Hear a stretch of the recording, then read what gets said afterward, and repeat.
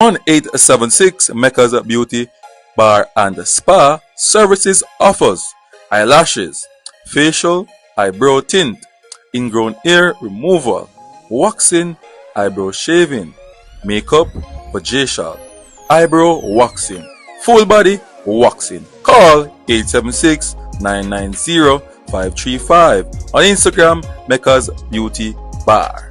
Inside 123 Arcade Shop, 12 Park Plaza, Halfway Tree. Open Monday to Saturday, 9:30 a.m. to 8 p.m. The place you want. One hot foot on a wheelset speed. Check it out on Unseen Sports TV.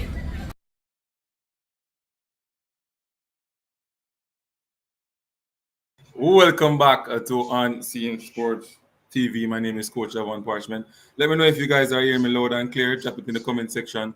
And we are doing JPL Matchweek 18 preview show. People, we have some special person that we're going to call to come on and say a few words, promote their games, and we're going to ask them some questions. You guys in the comment section can ask your question as well. But before we go into that, I ask you guys to, like, subscribe, and share to the content. People on El Futuro channel, please to like, subscribe, and share over there as well, as we want to see El Futuro channel reach to the monetization criteria, and also its subscriptions goes up as well. So please to like, subscribe to both platform, people. It is important that you do so. And in everything, we want to bring God in it, right? We want to bring God in our life. We want to, ask Him to come and anoint us, give us the strength and so on. Just give me a second, people.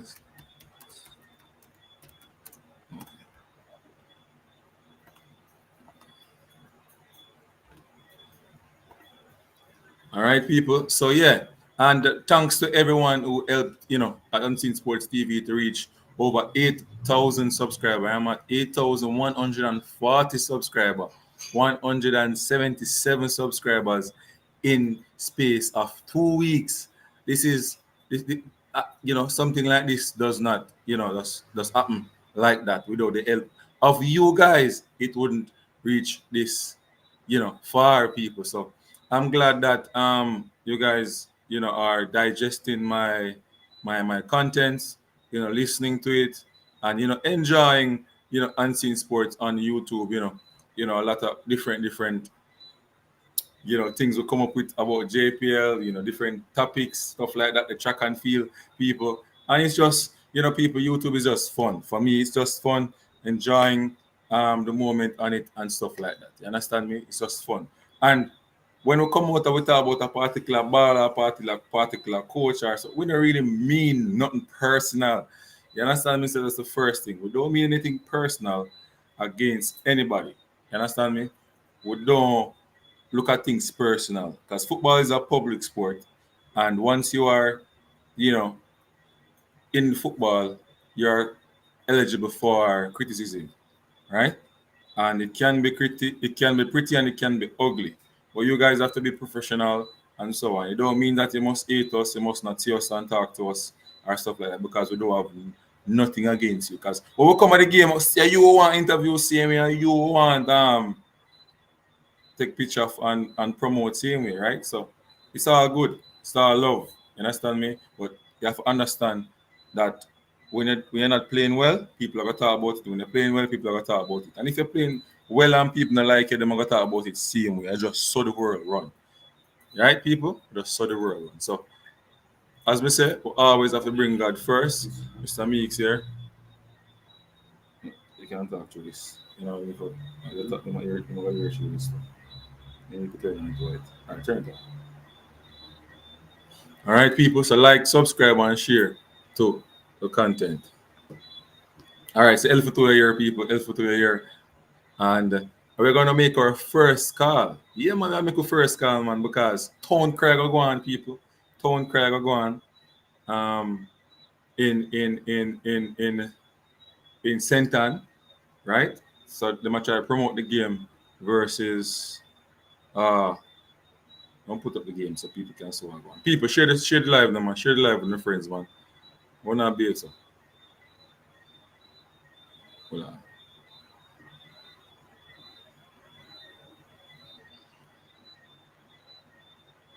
All right, so I'm gonna share the screen here.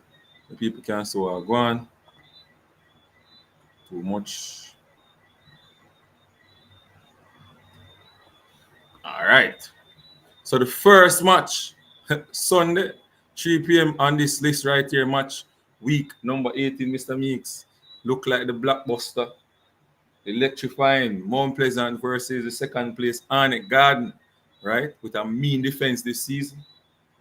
We'll play Mount Pleasant at 3 p.m. So there, I see Mount Pleasant trying to do some town crime, Mr. Meeks, trying to get people into the stadium. So I am going to call Mr. Paul. Right. Big up yourself, Anita Winter. Bless up. Big up yourself. One umbrella in the building. Bomb Sports, heal up, heal up. Bomb Sports are going to send the link because we have some big people passing through the platform right now. You understand me? So I am going to call Paul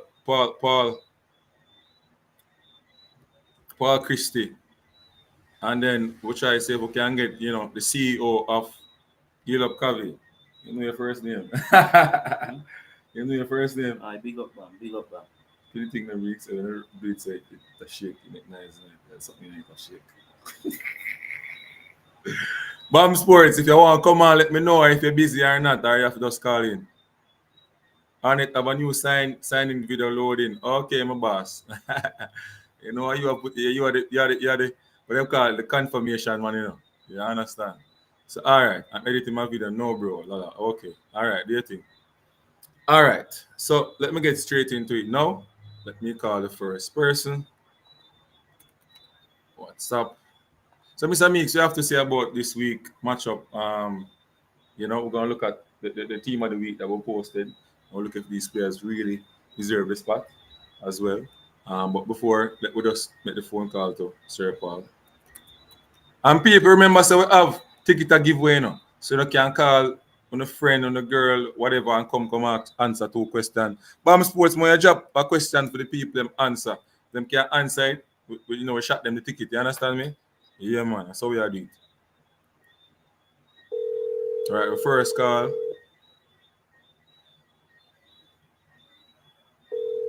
You know, the on WhatsApp at all.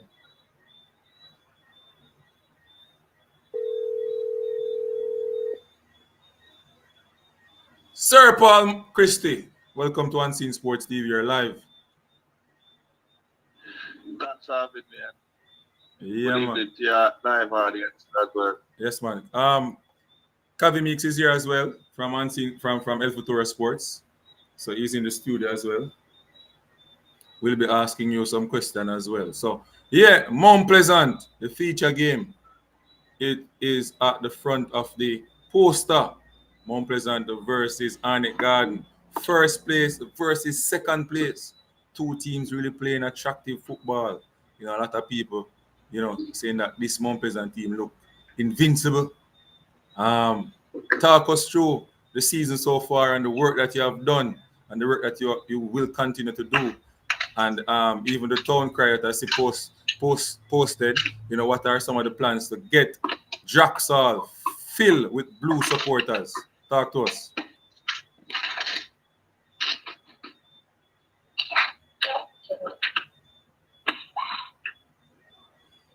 Well, one thing. Hello?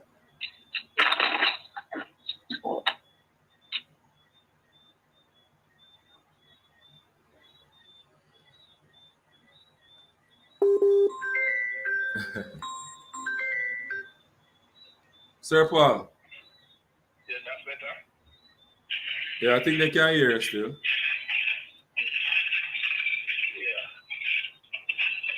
They were going in and out, so I didn't get. I understood the substantive question of some of the details flew over my head because I wasn't able to hear you clearly.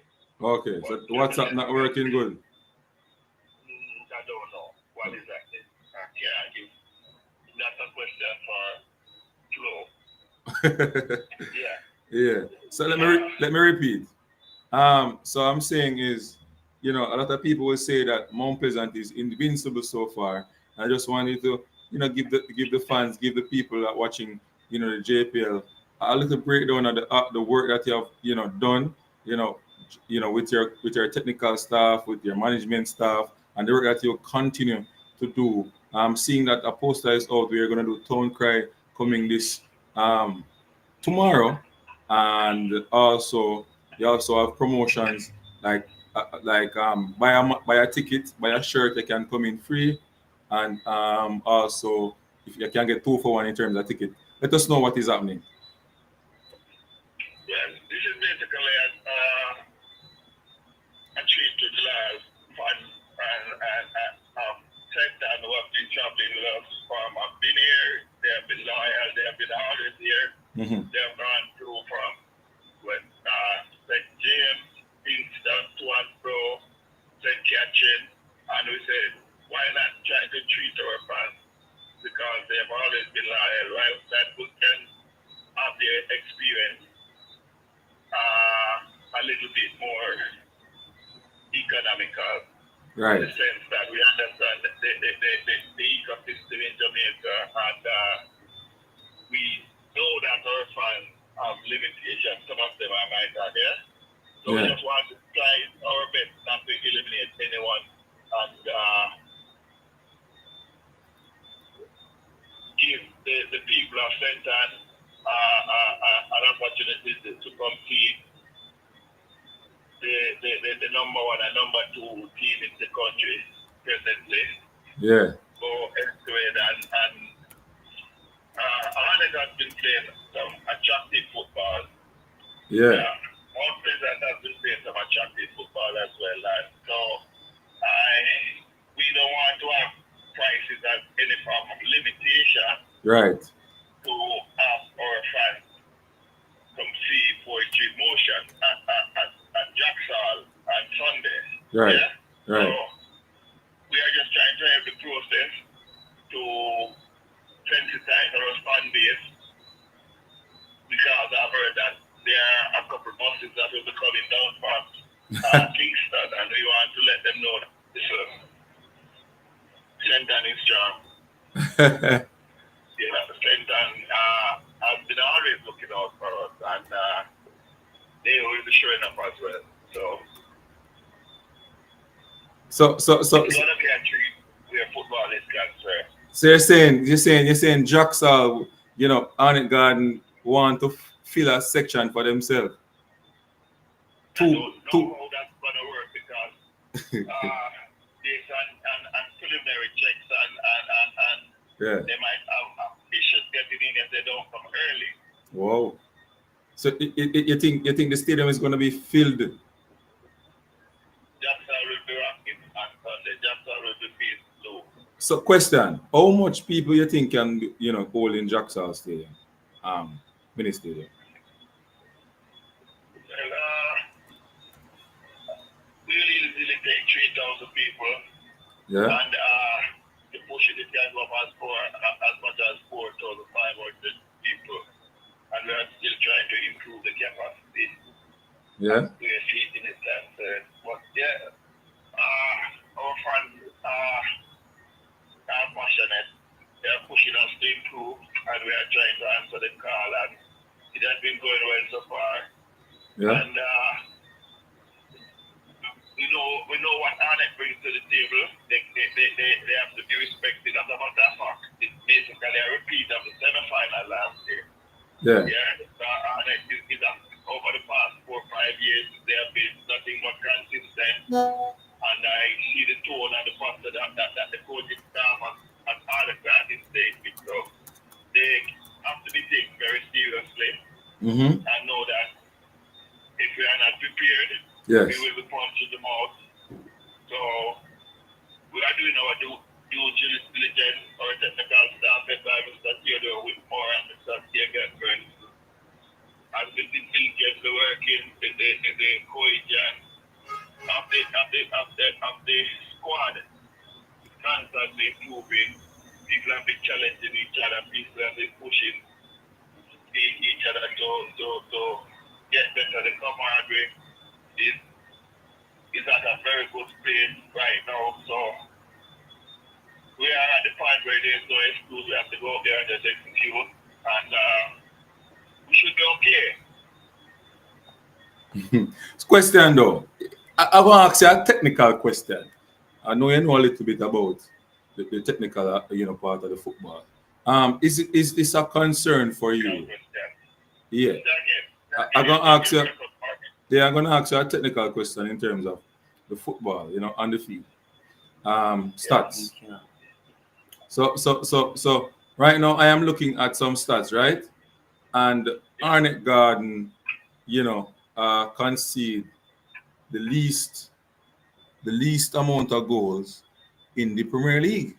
Is this something that is shocking to you? You need to tell Jamaican people that Montpellier Football Academy has scored the most. No, I'm getting there, man. I'm just saying that. I'm just asking you if it's a shock to you, because normally Arnett Garden is a team that outscore team and they concede a lot of goals over the years. But do you think that there's a difference in their defensive shape and organization based on the statistics? We are trying to build our Montpellier brand. Our Montpellier brand plays football. We respect what Arnett is doing. Ain't no bones about it. They can be breached and they will be breached. Okay. Yes, because your team as well has scored 44 goals, right? 44 goals. I think the next team that is close to you is Cavaliers. Cavalier FC with 31 goals. A team that always scores a lot of goals as well. But you are 44. That's what? 9 and 4 mix. 13 goals ahead of Cavalier. That's a lot. What do you say about that? Well, a lot of people is how you take it in perspective. We have a couple players on the team, maybe 5 or 6 players. We know that they are really 20-goal players minimum. So we are just below our target, and so we have a lot to improve on. But we are constantly improving and constantly getting better. It's testament to the work of the technical staff, Mr. Whitmore and the rest of his technical staff, the CFC, the Ferguson, and we'll be digital along the way, but we truly believe in what we are doing, and we believe that as we stick to the brand and the model that we are working on, we will be okay. We trust and believe in that the process that we are doing. And the chemistry in the team, as you would have known, there were some acquisitions in the summer. So that every good team takes a bit of time to gel and get the chemistry, as well as acclimatization to being in a dormitory instead of to home, going home each day. So the adjustment period, yes, the players are responding very well to the adjustment period, and I am still expecting a lot of improvement. Okay. Based on the quality of the players that are at Montpellier as we speak. Mr. Meeks, any question? You don't have any question on the field. We have some issues on the field. So you can ask him, man. If he can't answer it well, and we request you to go to, with more. Ask him if he's comfortable with the two center half. Talk, Skim. Mr. Christie. Yes. No. My ear, man. What go on? You know, me have question. Me have a concern. As a man who based down here, I love to say Mount Pleasant reach to the heights of heights. And for me personally, it come like every time I watch Mount Pleasant, the two center half to me is a concern to me.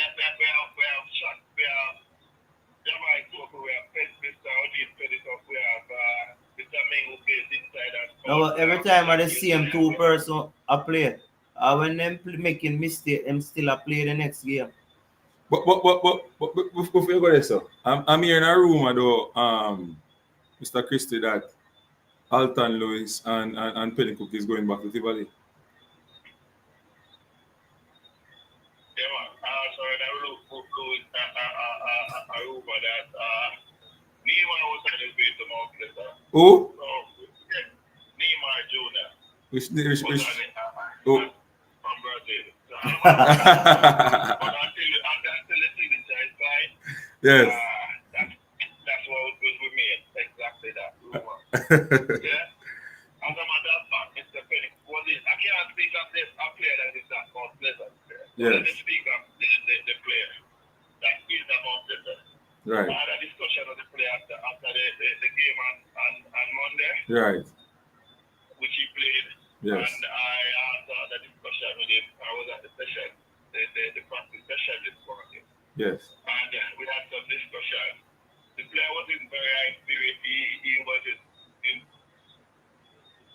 the mood. Listen, everybody understands the concept of football. So some coach rotate some aspect of their team. Some coach it just and believe that if there's not a broken space, so fix it, develop chemistry. Listen, we are just at the beginning of the second round. We have the remainder of the second round, plus the beginning of the third round, and the player of which might be the player of the semi-final and the final.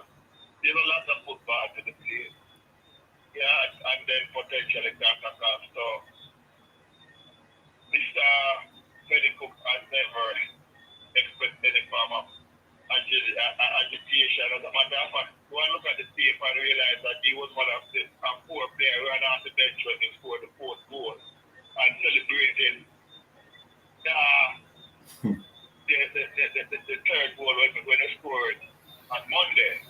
Right. So I've not seen any form of agitation or anything to say that the player is not comfortable at Mount Pleasant, and he has not requested in any way, shape, or form, Right. any form of transfer. So those are statements of fact, and I try to guide my statements accordingly. Okay, so he's comfortable where he's at, and there's no thing leading in his way to go back to Tivoli. No. All right. So back to Mr. Meek's statement. He said that he has some concern with the defense line, right? The center half pairing. I think I said the same thing to him already. We're talking about the center back as well, Mr. Meeks. Like I read my mind, but too much mistake. I know Mr. Christie may give the same answer that he gave me. Go ahead, Mr. Christie. Well, listen. One thing I can tell you, as I was question, the technical expertise of Mr. Freeman. And understand it. Players for different reasons, whether it's technical or tactical reasons, whether it's sweated on the players, whether it's because of the players are rigid and is not able to facilitate the rotation concept, and whether it's that chemistry building to over the long term. I'm aware that we as them and try to question it, I am comfortable. And what Mr. Meeks. needs to Mr. Meeks needs to recognize that until Wednesday, until Monday, right. when Moses conceded 2 goals. Moses are the meanest defense in the Premier League. That's true. You had 9. Yeah. Yes, you had 9. So, No, Mr. Christie, the situation is slow. It all depends on how you look at it. Mr. Christie, that is true. Hold on. We play Cavalier come this Thursday. We have a responsibility to change that start. What stats? Tell us about that. What stats? The start. To go back to having the mean defense and scoring the most and continue scoring the most goals. It's a project, it's a journey. It's just a snapshot because guess what? One thing we do know at Mount Pleasant and you recognize there's no trophy at this point of the season. You can actually lose the trophy at the end of the season, but you definitely can't win it. And we are totally aware of that. Okay. And we are preparing our periodization accordingly. Okay. So at this point, I can't say anything to be concerned about. One thing I must share with both of you is that at Mount Pleasant, on a weekly basis, whether it's 3 or 4 days of the week, we have team meetings and we have technical meetings.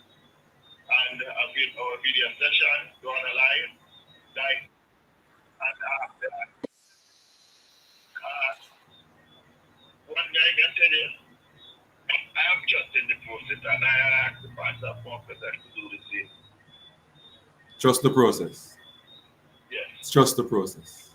Any other question you want to ask? People in the comment section, drop your question so we can ask him. Peso, here is Paul Christie. You said that you want to ask him some question, I think, a couple shows ago. Here's the chance. You can go ahead. Samix. With all of what Mr. Christie said, that is true. But if you look at one of the biggest issues why Mount Pleasant struggle to beat the Cavaliers because Cavaliers play very quickly forward and the center half tend to be very reactive. They don't read the game, they don't be proactive and anticipate the forward pass. The first pass is always a forward pass. And they're always trying to catch the faster players, which is always an issue for them. And last year, to me, I believe that poor decision on behalf of Dyer, getting a red card and so forth, cost Mount Pleasant. And it's a thing that continues over and over and over. And I'm going to watch this year to see if that will continue again because I think the problem is that not enough opportunity are given to the other players. So when something happens with the so-called main players, it's a problem. And that era to me, Mr. Christie, until I see, and I will be at the game on Sunday, and I will be watching those two because I know those two will be starting, and I'm telling you, I've seen them make too much errors again and again and again. So hold on, Mr. B. Talking about the game of football. This is why we play the game. Indeed, football is a game of mistakes. It's an exponent and their opponent's mistake. Yeah? Yeah. And the truth of the matter is, I'm not going to be here defending mistakes because it's a part of the game. What we are trying to do is recognize that we are making mistakes, and that is a part mistake. However, instead of belaboring the fact that we are making mistakes, we recognize, we embrace it, and we endeavor to improve and get better. That is the approach that we are taking at Mount Pleasant. But a lot of money is being spent for other center halves. Why the other center halves can be given an opportunity as well?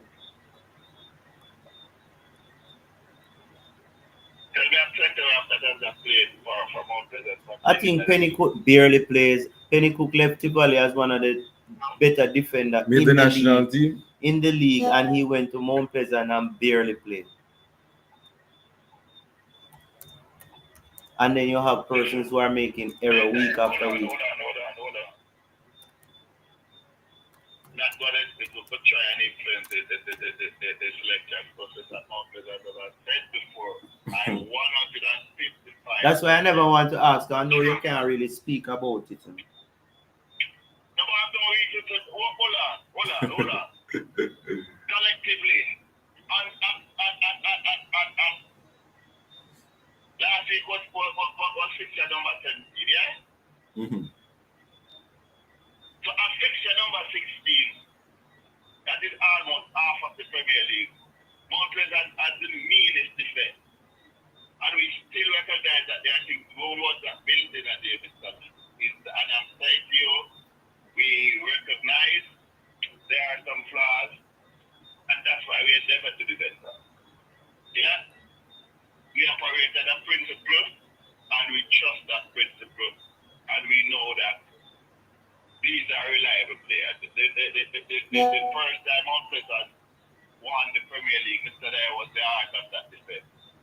That's also a fact. So he has done it for us before, and until the technical team led by the legend Mr. Theodore Whitmore, until they continue to trust him, I continue to trust him. And as long as they continue to trust him, because he bleeds blue blood every day. I've never seen him even an half-hearted approach. And as I said before, mistakes are part of the game, and we embrace our mistakes, look at them and see how we can minimize and eliminate them, and how can we be better. Listen, I wanted to make the mistakes here. At the beginning of the season, No mistakes. no mistakes. So I'm not happy with the mistakes, but I can live with them now. But what we are doing, we are recognizing them. And the game is when I want to make the mistakes, when we can recover from them. Yeah? Yeah. Let me be clear. I'm not questioning the players' ability to play. I'm questioning the players' playing ability now, in this moment. Maybe it's something off the field or something unrelated to football causing them to be. Data you have to show that after 16 years, that period was the meanest period in the entire Premier League. But sir, to be realistic and truthful, if we break down the mistakes, a lot of mistakes that were made, goal scoring opportunities were created and should have scored. We can't even go to the last game where the mistake was made and the racing player had the empty goal and he missed that goal. So if you look at it, mistakes were made, and fortunately for Mount Pleasant, they got away with some of them. But I am asking, at the end, when it comes to the business end. Hold on, Mr. B. So are you saying to me that Racing didn't get away with that you as well? I beg your pardon?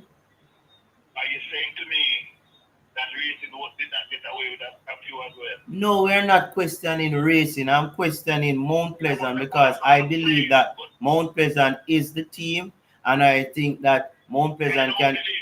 Huh? All right, Mr. Christian. I'm going to fix that. I believe that Mount Pleasant is one of the team that should be consistently challenging. And if Mount Pleasant lose, they should not be losing because of some high school basic defending problems. Let me ask you something. Yeah. Who is the UEFA Champions League champion? Who is? Yeah. Real Madrid. Huh? Real Madrid. Real Madrid. What was the score last week when they played Barcelona who don't win that time? What kind of trick question this year try come with? No, I 5-2. 5-2. Yeah. So guess what happened? These are the same men who are the La Liga and the European champion. If you follow what I'm saying. Oh, Real Madrid kick 5 past them and make 5 more. I mean, in Barcelona, this is why we play the game, Mr. B. Football is a game of health and soul. Mr. Christie, can you just give me a minute? Let me just say something for a minute. Let me be clear. We're not talking about they say the players them can't play. I believe the players them can play. I believe that this club has structured a system where they have more than one potentially good players who can manage at the Premier League level that they have bought and bring into the club. Now, regardless of what you are going to say to me, I cannot accept a thing where you're going to say mistake should be made. Yes, that is true. But hold on. Me ask you for a minute because I want to clear up something. Me ask you for a minute because I want to clear up something. Eh?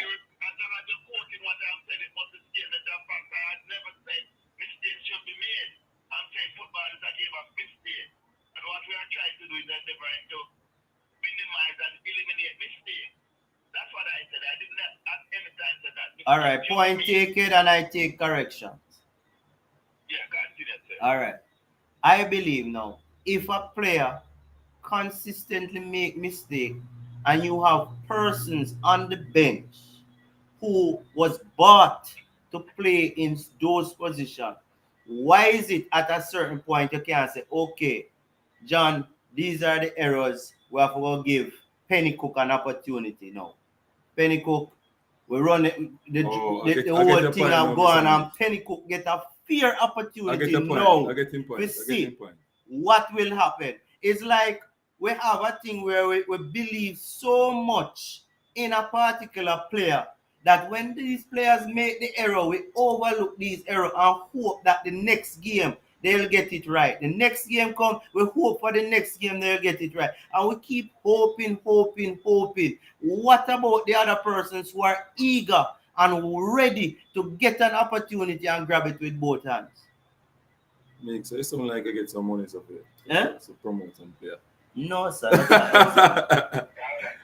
answer this question. Huh? I take your point. Let me answer this. Yeah? Yeah. For example, for some strange reason, Mr. Penny Cook starts tomorrow and play every game for the remainder of the season. And replace Mr. Dyer. Yeah? That means Who would have played both games? Say that again. Repeat that. 17 and 17. And for example, on Sunday, Yeah. versus Arnett, for whatever reason, whether it's injury or technical and tactical reason, Mr. Penny Cook come replace Mr. Dyer and does so for the remainder of the season, including the potential semi-final player and final. Who would have played both games? Penny Cook. Who would have played both games? More games. Now would have be how much games gone? 18? 17. So 34. If Penny Cook play from now to the end of the season, I play more games. Taking into consideration that he has played 4 games already. He not play more games. Yeah. And then come on for the bench in some games in the start. What would you say about Dyer? What do you mean by what would I say about Dyer? What would you say about Dyer? In regards to? It must be a reason why Dyer would have. It must be a reason why Dyer would have been sidelined. Yeah. So hold on. What they have never done? Yeah, and I'm not saying that is not by any means by first of that Right. a team. Yeah. I truly believe that together everyone achieves more. And that's always been my mandate, and I'll never ever change that in the context of football and life as well. Let me say this thing. We went to Trinidad. Before I finished answering that question, I went to Trinidad and there was one Devin Shaw. And Devin Shaw had a little nap. And the gentleman came to me and said, "Mommy, listen, today, any way I can help it. If I have to cheer louder than everyone on the bench, because at that point you would have realized that he was not going to be the start of the lesson. Yeah, and if the coach give him 1 minute, if the coach give him 5 minutes, if the coach don't give him no minute, as long as we try and get the double up, I am good with that. Yeah? That's the approach of a true professional. For a little while. Mount Pleasant has 23 players. At no point you can play more than 11. Yep, yeah, but Christy, Understand that? hold on, Christy. But for a little while, a true professional will do that. But for a little while, unless he's getting games, if he's not going to get any games, he's going to get frustrated and want to leave the club. Then you speak of a player in a different position. So Mount Pleasant would have bought Mr. Safari Chambers as the number one goalkeeper 2022 when I arrived. Yeah? He suffered a fractured fifth metatarsal. And Mr. Davis, Jaquan Davis, was called upon as the number two. And he finished the season and started the following season. And he has started this season as well. That's how football is. Yeah? Precisely. That is my point. That's why I said that if somebody is not performing, other person should be given an opportunity until you find the best person at that period and play him. That's my point. Hold on. You think Mr. Davis is always getting clean sheet and making mistakes? No. And not making any mistakes? No. Remember that we both agree that football. The football is a game of mistakes. Mr. Christie, we both agree upon that. We both agreed on that. I agree with you totally with that. We will not get a perfect player. But when you get players who is making mistakes, which is unforced at times, it's an issue. All right. Let me ask you a question. You speak of the player, Mr. Dyer. Tell me 1 3 points for the season, for this season that Mr. Dyer got from Pleasant. Say that again? Tell me 1 3 points that Mr. Dyer direct mistake got from Pleasant. Tell me. If you want me to get that, me can get that because me never come for Yeah, but hold on. How I know you now just pick as Mr. Partman said, and I start believing, I start inclined to believe what this is. You have no statement of fact, but you're just zooming on this one player who was part of the two back-to-back finals. Which two players? Yeah, No, part man. of the back-to-back finals. You know, actually, you know. Hold on. Yes, as a matter of fact, he has got the 3 consecutive finals. Yeah? And how much you win? One with another club. How much him win? With Mount Pleasant. How much him win? It no matter what. No, man, I'm speaking of the consistency of the player. There's no innate right for any team to win any game that they play. Because football is a game of ebbs and flow, rhythm, mistakes. A lot of things happen. Yeah? A lot of people say that the Barcelona team with Messi, Suarez, Busquets, Iniesta was the best assembled team. However, they have not won consecutive Champions League. Other team beat them along the way. Is it that the team are better? Of course they are better on the day. That's how football is. You know, a team as Mount Pleasant need to move away from the ice and get the datas and select the team based on the datas. Oh, you know that we are, what, and there you go with an irresponsible statement again. If I believe... Hold on. What evidence you have to support that irresponsible statement, Mr. May? Because I come and I watch Mount Pleasant as often as I can. If I cannot travel to Kingston, if I cannot travel to Kingston, I will watch. Hold on. Let me ask you this. What is the purpose of the VO camera that Ricardo are trading in our match session? Mount Pleasant is the only club in Jamaica who has a VO system that records every session, whether it's match session or what you think it's worth recreating? If I think it what? Try to go scientific. If you think it's worth recreating for people, I think you're trying to go scientific. I'm hoping. I'm thinking that you're going scientific. I'm not hoping. That's the difference between I'm a part of the process, and I know that guess what? You're as good as the data that you are. Mr. Christie, I don't want you to feel like I am against what's happening, you know. No, but what you're saying, you're making these statements, and you don't have no data of fact to support Mr. Christie. That's the point Mr. I'm Christie. making. Mr. Christie. Are you saying to me that as a man who is in football, you go to a game and you watch a player, and you see the player, you can recognize that a player is making unforced errors, and you go to another game and you see it again. The only reason why I can't give you that information is because I did not come here to have this conversation. It just happened. I'm just saying. That's the question you asked, and I'm saying, all right, Mr. Parchment, if you had asked that question, and I asked you the same question, you will at least think as a responsible person the next line, you have to at least, if he's making so many mistakes, you have to point out one because the team, just one, because you said he's making millions of mistakes, and he's a liability, and so forth and so on. And I'm saying, tell me one error that the said player would have made that would have caused Mount Pleasant 3 points. That's the one question I asked, and you still not able to answer it. Can I? He made mistake in the match against Dumby Holding with the long ball will come over. So why is where it? the goalkeeper get the ball and play the long ball and he missed the ball. The match at Dumby Holding. Remember that match? That was that the one. Huh? So isn't that an error? Hold on. Let me ask you the question. You're saying that Shaquille Dyer's performance and his mistake was the reason why.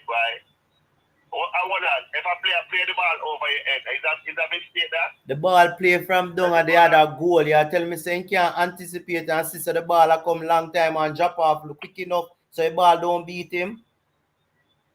Remember, Mr. Paul Chris is not a technical coach. He's not a technical person. Him supposed to anticipate as a defender and can't react. So. It is in Mr. Paul Chris' defense. I don't think he can answer that question, Mr. He's not a technical person. Mr. Christie, to be honest, I think Dyer is the better one. But I think Cummins is the more liability. I think Dyer is the better one. Cummins make more mistake to me than Dyer. So if I'm to shift somebody, I would shift Cummins out. A question for you. Why last year I thought Cummins played pretty well at right back. And now this season he's put inside like they're trying to protect him because he's not in the best condition or something. I'm trying to figure out why. Because you get one of the best, you get one of the top center half. Answer the question though. How do I respond to a question where you answer already to Mr. B? You man, you answer the question. Say no one. Hey, hola. Answer the question and you answer your own question. Paul Christie. How does that work? Paul Christie. Mr. Meeks not backing down and you're not backing down. So we have to move on because we have other guests to come on the show. So previously you mentioned Cavaliers, Cavalier FC, right? In a statement that you have them Thursday to play? Right, Thursday to play. Please share the link, the ticket link, friends, family, and support. Okay. So when I mentioned Cavalier in your mouth, and you said that you want to change history, or a lot of people may come in defense of Cavalier, because the history of Mount Pleasant versus Cavaliers is not that a pretty thing, although that's not the match coming. Hold on. Let me say this. Let me correct that for a minute. I can change what happened before I am here. One thing I can tell you, we have the exact same win, same draw, same last ratio. Exact dead beat. Repeat? Since I've been here at 2022, and you can go and check your research. We have the same win ratio, same draw ratio, same last ratio. But how you erase the previous one? I don't understand that. No, I have no control over that. No, but you can't erase it. It is there. You can't erase it. Mr. Meeks had said earlier, listen, when Pep come to Man City, Man U wasn't juggernaut. And he couldn't have done anything. What he could have done, though, is to change what is happening going forward. You can't change history. That's why I name history. So let me ask you a question. We So we steaming. can create his thing. We steaming in the EPL is your team. We said Manchester United. All right. What you're living off now? You know the history. No, I'm not living off any history. I recognize and respect what Mr. Pep Guardiola and the rest of the Man City team All right. doing and do that. Let me rephrase the Might question. come again. Let me rephrase the question. What can you talk about in terms of achievement for Manchester United at this moment? We will have a couple knockout competition. That's it. And We have not been consistent enough. We have and- not been consistent enough to win any major trophy. and some 2004 go up to 7 trophies, right? Say again. And some 2004 go up to 7 trophies that you guys have won, and before that as well. That's what you can talk about. So yes, I'm saying the fans will not look at it like how you are looking at it. They will add all the games that were played, and it is there to say that a particular team have the upper hand against you, especially in important games. Hold on. All right. Look at Manchester City, Man U head-to-head clash. It's not close. Far close. However, Man City has been dominating recently. At Old Trafford and at Etihad. It Right. doesn't make sense. It's like Man City have 2 goals. Yeah? Yeah. Because sometimes they do them at Old Trafford. And that know they do them at the Etihad. Yeah? So it just the time is City is the dominant team right now. Right. And I caution Mr. Meek's expectation of Mount Pleasant, because in speaking about Mount Pleasant like that, you are disrespecting a statement of fact that Cavalier is the champion, the defending, not only the defending Premier League champion, but they are also the defending Caribbean Cup champion, and they are potentially on the chart of bringing Lionel Messi to Jamaica. They are waiting for Lionel Messi to do his job to come to Jamaica. They are sitting in their seat waiting. That's how significant it is. They're not playing to play Messi. Messi is playing to play Cavalier. That's how we have to show respect where respect is due, and understand that Mount Pleasant was a part of that test competition as well. But as it is now, let me until we change that, Cavalier is the champion. all right. But you're right in some instances. You have a point. But I think Mr. Meeks have a point, and fans will say the same thing. With the amount of money that has been spent to put the best players or the so-called best players, based on their performance in teams before going to Mount Pleasant, people would say that Mount Pleasant, no matter what, is a formidable, is a good team, right? And Cavaliers would be playing second guess, right? Like they would be the underdogs based on the players that they have. Listen, let me say this.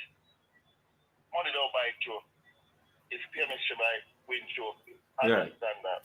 If money could have bought trophy, then PSG would have been the team with the most trophies in their cabinet. That's not how football works like for HB. Yeah? So guess what happened? As I said earlier on in the program, just trust the process. Just trust the process.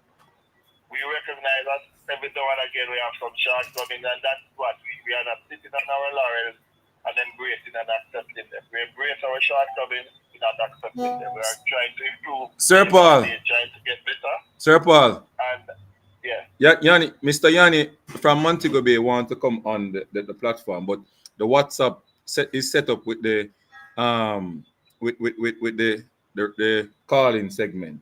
Could I call you on WhatsApp as well, back to see if it's worked? Right, yes. All right, thank you.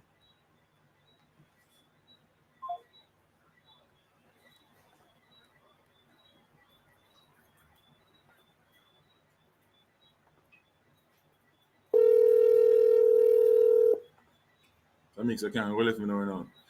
Sir, Epstein, welcome to Unseen Sports TV. You're live on the show. Paul Maxwell will be joining as well.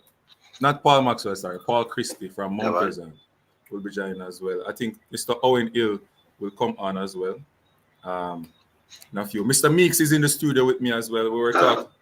Yes, Sir Paul, you hearing me now? Hello? Yes, are you hearing me? Yes, good evening. You hearing me, Mr. Epstein? Yeah, man. Okay, live and direct. Sir Paul. Yes, Mr. Epstein is here. Mr. Meeks is here. Sir. It is good to get these, we said it's these leaders of football on show, Mr. Meeks. What's your take on that? Yeah, it's very good. It's good. I think Sunday coming, you maybe you'll find a lot of tickets sell. In Paul Christie. Well, we are trusted. The people have said that was always backed us, including Mr. Me, to continue to support us and trust the process. And I think we will be okay. What I'm saying, listen, it's not a wholesale fix. Yeah?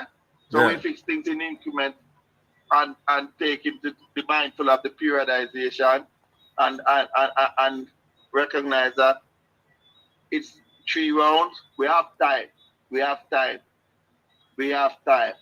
What we can't do is waste time. We have time, and we recognize a few things, and we embrace them, and we'll fix them. All right. Any more questions, Dr. Paul? No. All right. Sir, we're going over to Mr. Yanni. Montego Bay versus the Mullines at Anthony Spalding Sports Complex. Away game. Result not really coming Montego Bay away when they're away. Talk us through that, Mr. Epstein.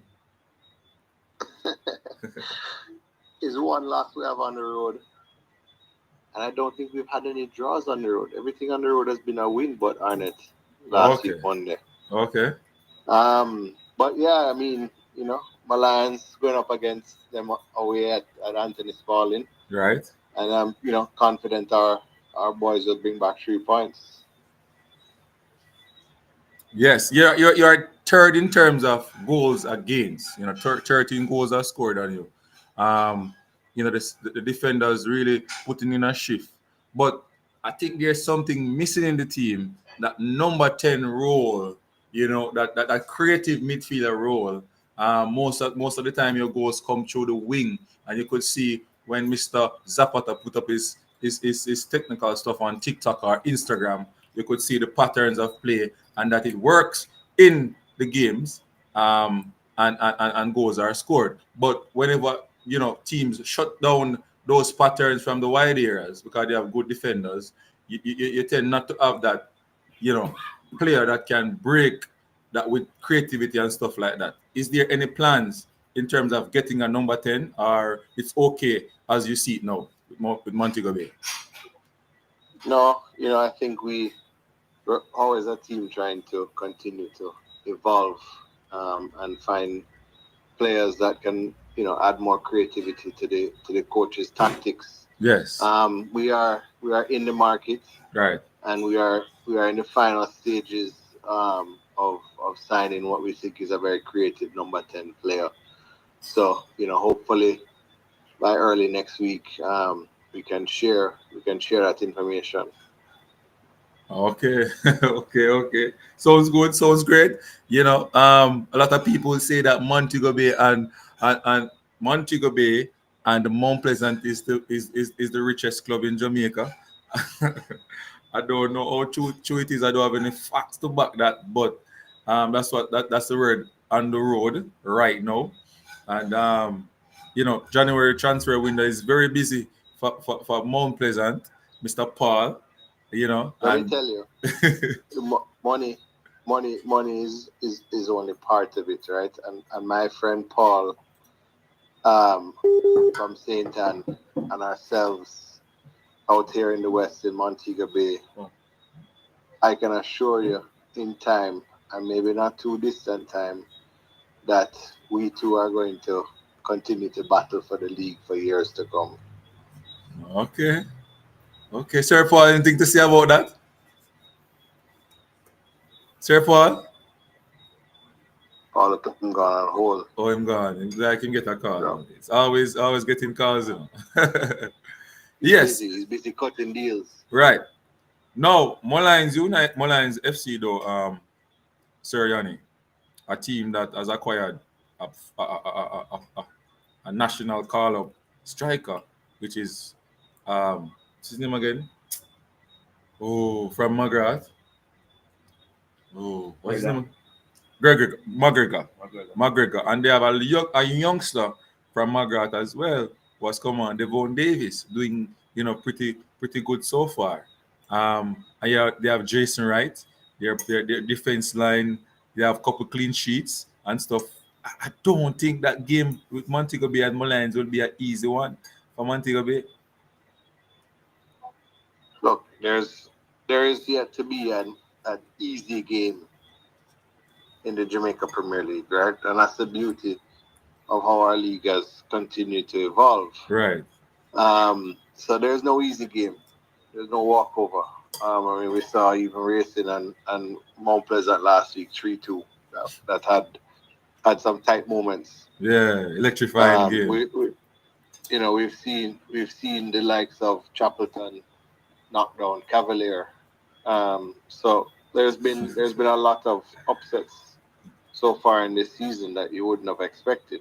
Right. However, I feel that what the loss that took place last week, I thought it was a pretty fair match. If you look at the statistics, it was pretty much a 50-50 match. Right. We had our chances. They had their chances. They capitalized on one. And it was very similar to when we beat them in Montego Bay a couple months back. Yes, the same. Yes, they're right. So, all in all, I wouldn't take that as a knock against us by any means. Right. And our boys, I know, will bounce back. I know our team is gelling. I know that we continue to fix things and perfect things. And when we finish what we're doing in the window here, Montego Bay will continue to be on its path of looking like a different team and acting like a different team. But I think these type of games is what going to play in the playoff round, Mr. Epstein. And Montego Bay, for me, is a team that is playing well, right? Playing good football and so. But that edge, I am not seeing that edge as yet to say, Montego Bay is going to be the champion. I don't see that edge as yet.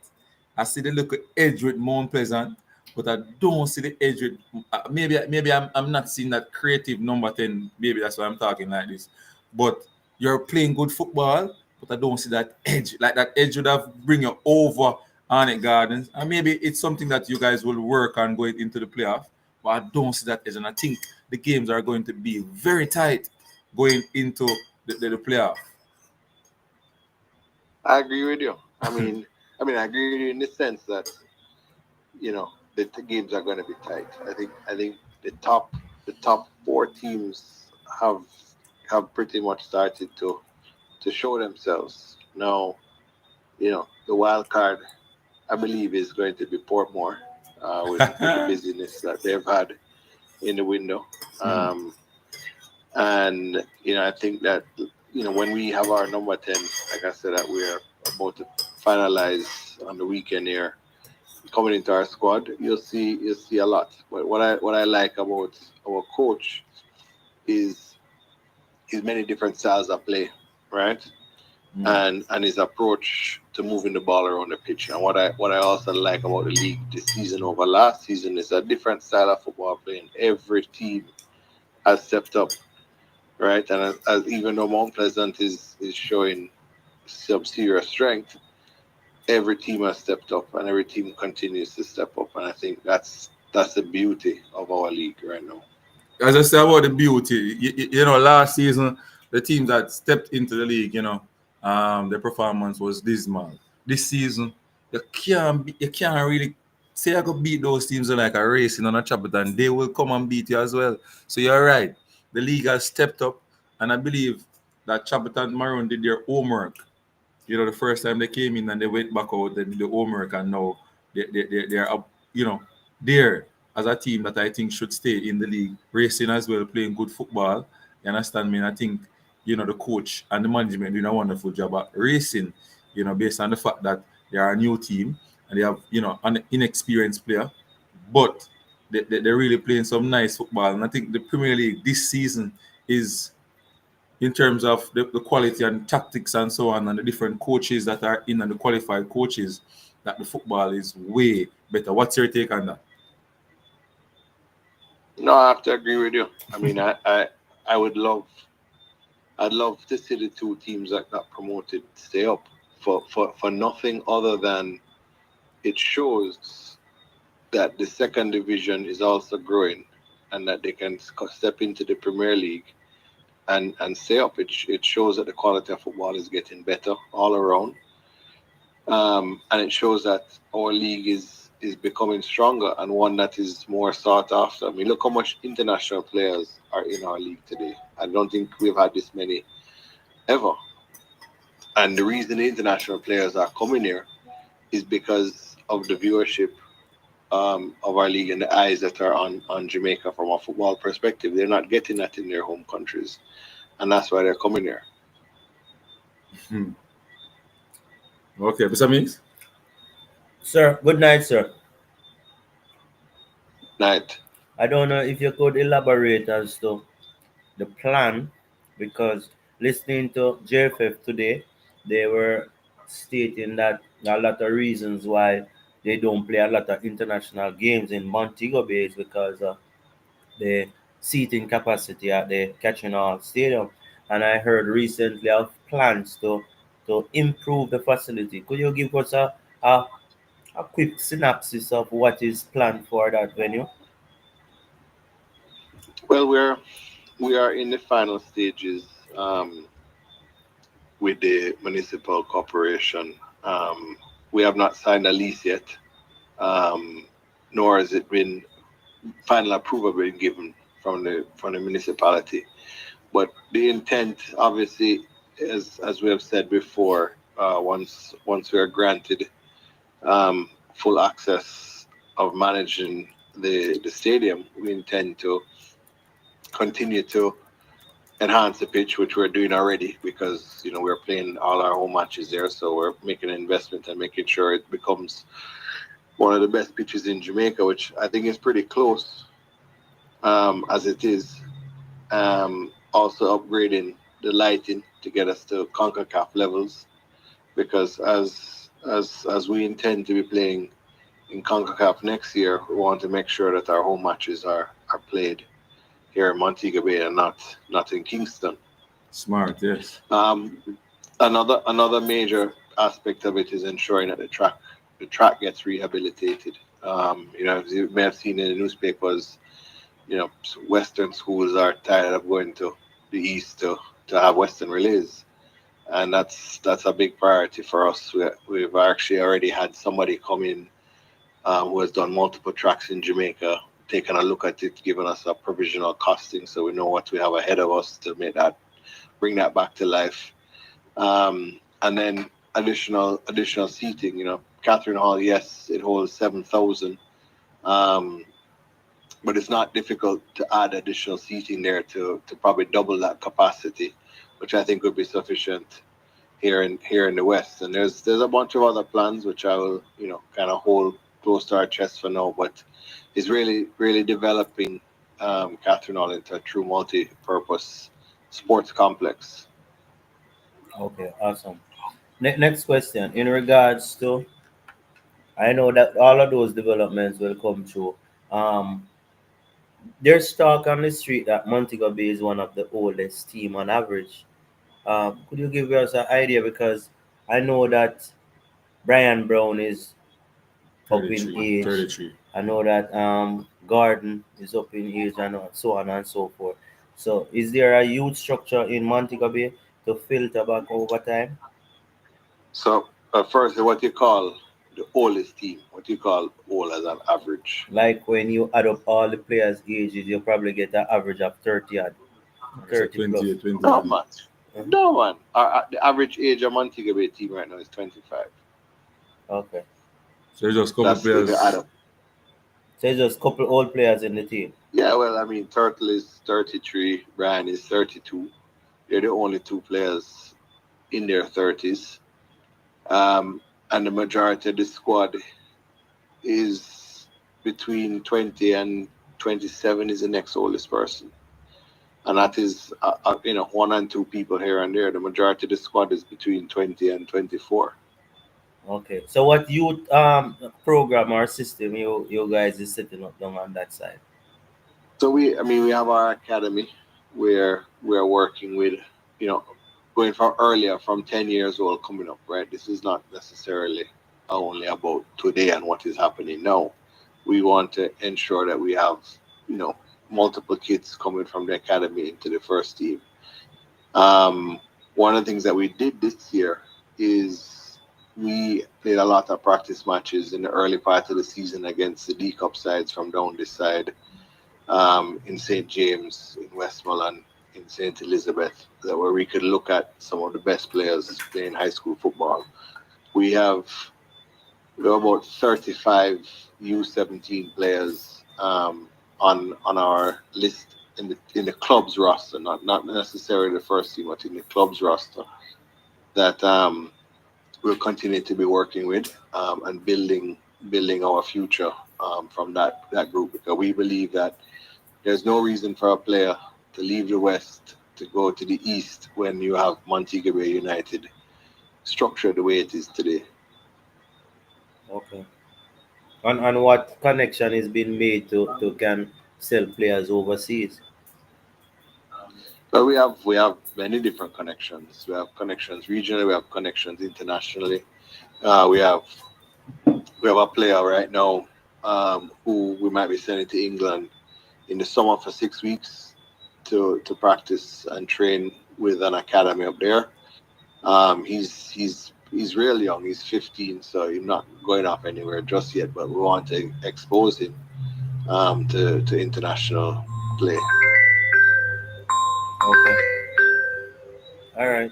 So it's a building process. Rome wasn't built in a day.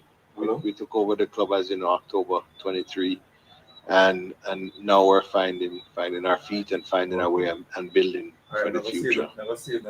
All right. Just before the season start, you know that a lot of persons were touting up Montego Bay as being one of the team to challenge or even win the Premier League this season.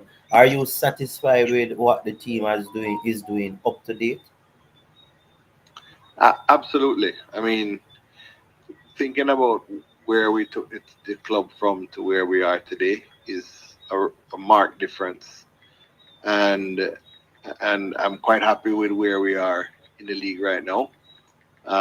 We continue to work on things to make us better, but I'm very proud of the team.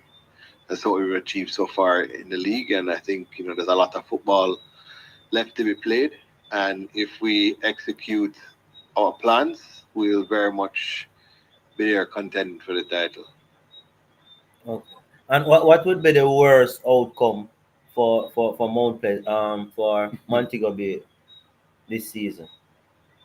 The worst outcome, coming third and going to the CFU tournament to get into the Caribbean Cup. All right. All right, sir. Thank you very much. I wish you Yeah, and man. Montego Bay all the best. And Thank we'll you. be watching and we'll be talking.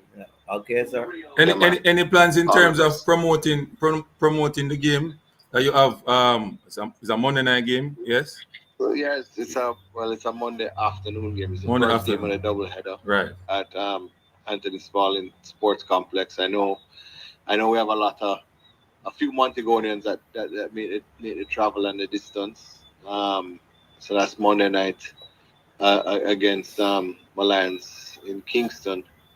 But when we come back home, we have Thursday night against Humble Lion at Catherine Hall.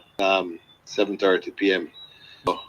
So for those who don't get up Monday night, we'll be back home in our office Thursday evening to do the business against Humble Lion. That's an easy way. What do you mean by that's an That's easy it? win? Him say it's an easy win. You can't say that. There's no easy game. Remember, the in coach Jamaica is Premier League. known for the best defensive coach, So maybe Turkleman and Not this Brian year. Brown can. Not this Question: is Brian Brown injured? We saw him come off the field.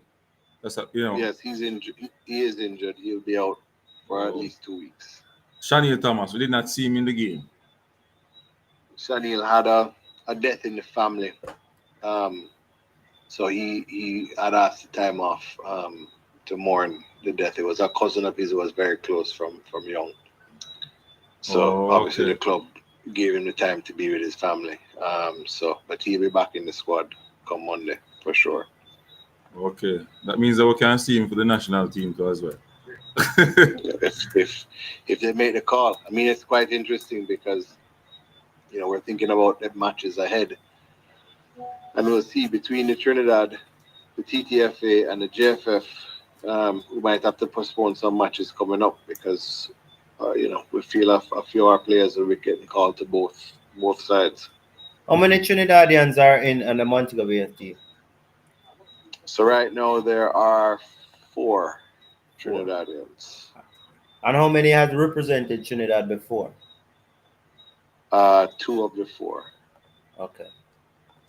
And I think if I was them, I'd call up Darnell, because I think he's been playing exceptional football for us. Okay. Awesome. So you're looking at probably about 5 to 6 players going away in this little period. Potentially. Yeah, potentially. Well, because I mean, if Brian wasn't injured, I think Brian would most certainly be called up. But he won't. Obviously, with his injury, he can't. Yeah. But I think, I would say, 6 players, somewhere in that range between Jamaica and Trinidad. Okay. I hope. I mean, who knows? Hopefully, we'll find out soon. Paul Maxwell, Sir Paul, I want to come onto the platform. So what I'm going to do, Sir Yanni, I'm going to close the call back, and then call you back. All right. All right.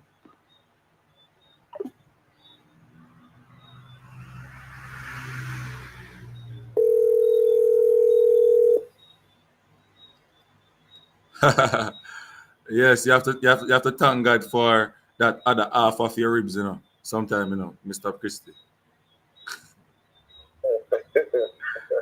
All right, Amaran. True, she's a blessing. All right, so we're going to call back Sir Yanni now, and I am going to see if I can get Mr. Ill on the show as well, because yes, Mr. Ill. Let me see if I can get Mr. Ill on the show as well. So I hope he answers his phone. It's good to have these people on the show, Mr. Mix. I'm telling you, I'm feeling proud as a YouTuber right now, as a little man with a channel on YouTube. I'm so proud. I did not answer, but it's ringing at the moment. Yeah. You're no little man, Japan. What you guys collectively are doing for football is great. Thank you very much. I feel so proud. Mr. Mix, you're doing a lot, boss. You think so? Yes, we're doing a lot because your questions really, especially the question you asked, Sir Christie, you really put him on the defense, So, Sir Christie, what are some of the plans you have for the fans, though, in the near future, in terms of getting them closer to Mount Pleasant, building that brand, getting them access to different stuff, other, outside of just football alone, and so on, helping the youngsters, stuff, to get an education, stuff like that. What are some of the plans you have to roll out in the community of St. Anne? Well, as you know that we also have an academy who is only one requirement that for admission, and as long as you're admitted, then it's a fully scholarship program. Right. 24 hours fully scholarship. So that is already activated, and we are in active partnership with the Center and Infirmary and Mustard Seed as well, and we are trying to reach out to other communities, and we have started an active engagement with our roots. We have re-engaged our roots, and we have a lot of plans to have engagement in our communities, adjacent and directly, who support us at Mount Pleasant. So it's a lot of engagement in the pipeline, and the fans will see. And let me use this opportunity to tell you that we are starting a crossbar challenge, which the pot start at $20,000. We are for me got $200. You get to be placed in the pot, which start at $20,000, and the pot goes and goes and goes until that lucky fan would have successfully meet the requirement of the challenge. Okay. So each halftime, that's amongst other giveaways will be at Jacksal this Sunday, and we are engaging our fans and ask them how we can improve their experience, and how we as we speak, our fan club is activated already, and we are presently in the final phases of rolling it out bigger and better this time around to capture the length and breadth of St. Ann as a parish, and our stretch as far as Trelawney, St. Mary, Portland, and we have some friends in Montego Bay as well. So we trying to re-engage all of our fan base. Let's remind them in St. James, Paul. Did you hear that, Yanni? As I leave the man them in St. James. No, we have friends. If they bleed blue blood, then we have a responsibility to them. All right. Mr. Owen is on the line. Mr. Owen, welcome to Unseen Sports TV and El Futuro Sports. Mr. Meeks is my co-host. It's good to have all four of you gentlemen here. Talking football, which we don't sleep some of the time because of the work that is on us. Mr. O'Neill, I have to say that you have done a wonderful job in terms of bringing the clubs together and packaging the Premier League. Not only in Jamaica but outside to the diaspora, to other communities in the world, and you're doing a good job. But there's some room for improvement, especially in Jamaica, I think. So one of the questions I want to throw to you is about I said it in the group as well, so you may know what I'm coming with in terms of pre-match press conference, like a big game like this versus Arnett versus Mount Pleasant, first and second place going up, two meanest defense in the competition, and there's no media host to ask any question before the game to know if there is any injury, players with and pick the brains of these coaches. Yeah, good night. Good night. I mean, it's a pleasure being on the program. Yes. And that's certainly the question is a question that's directed to me, or it's something that you're saying to you. And I'm wondering if it's a question or if it's a comment, essentially. But we're definitely looking to improve the product. As was mentioned, these are things that we need all stakeholders on board. Okay. So we definitely want to implement it. We know for the playoffs we'll be having these pre-game press conferences where the teams will get a chance to express themselves. Journalists will get a chance to ask questions. And you get greater insights, and I suspect that's what you mean. Right. Getting greater insights into what is happening into the clubs.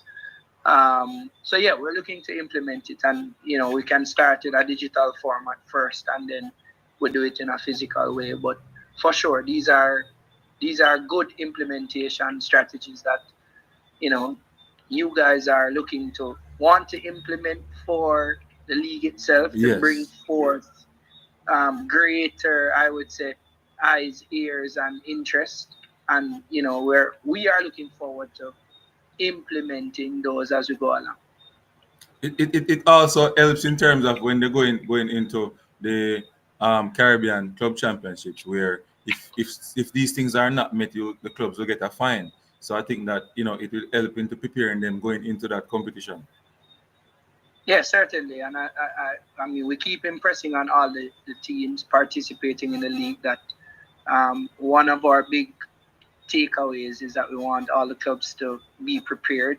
This is their dress rehearsal, as you are rightfully saying, for them going forward. So, and they're not opposed to it. They're quite willing to participate. Again, we just need to structure the right time and ensure that the format is adhered to. But again, we're not averse to what you're saying, and we're looking forward to doing it. All right, the next question, right? I heard, I think this question, other journalists asked this question already, but I want to ask you again. Maybe you come with the same answer. Fine, fair play rule in the JPL. A lot of people on the road, and maybe Mr. Christie can time in as well. Fair play rule. A lot of people saying that Mount Pleasant is mashing up other people's team. They just come and grab. I don't really agree, but they come and take away this player because they have the money and so on, and so forth. What's your take on that? Should we have a financial fair play in the league that you can buy this amount of player, this amount of money can be spent and stuff like that?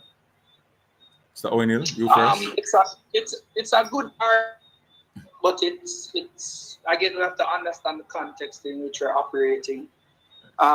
While we definitely want to make sure that, and we do ensure that there is fair play, financial fair play requires greater understanding.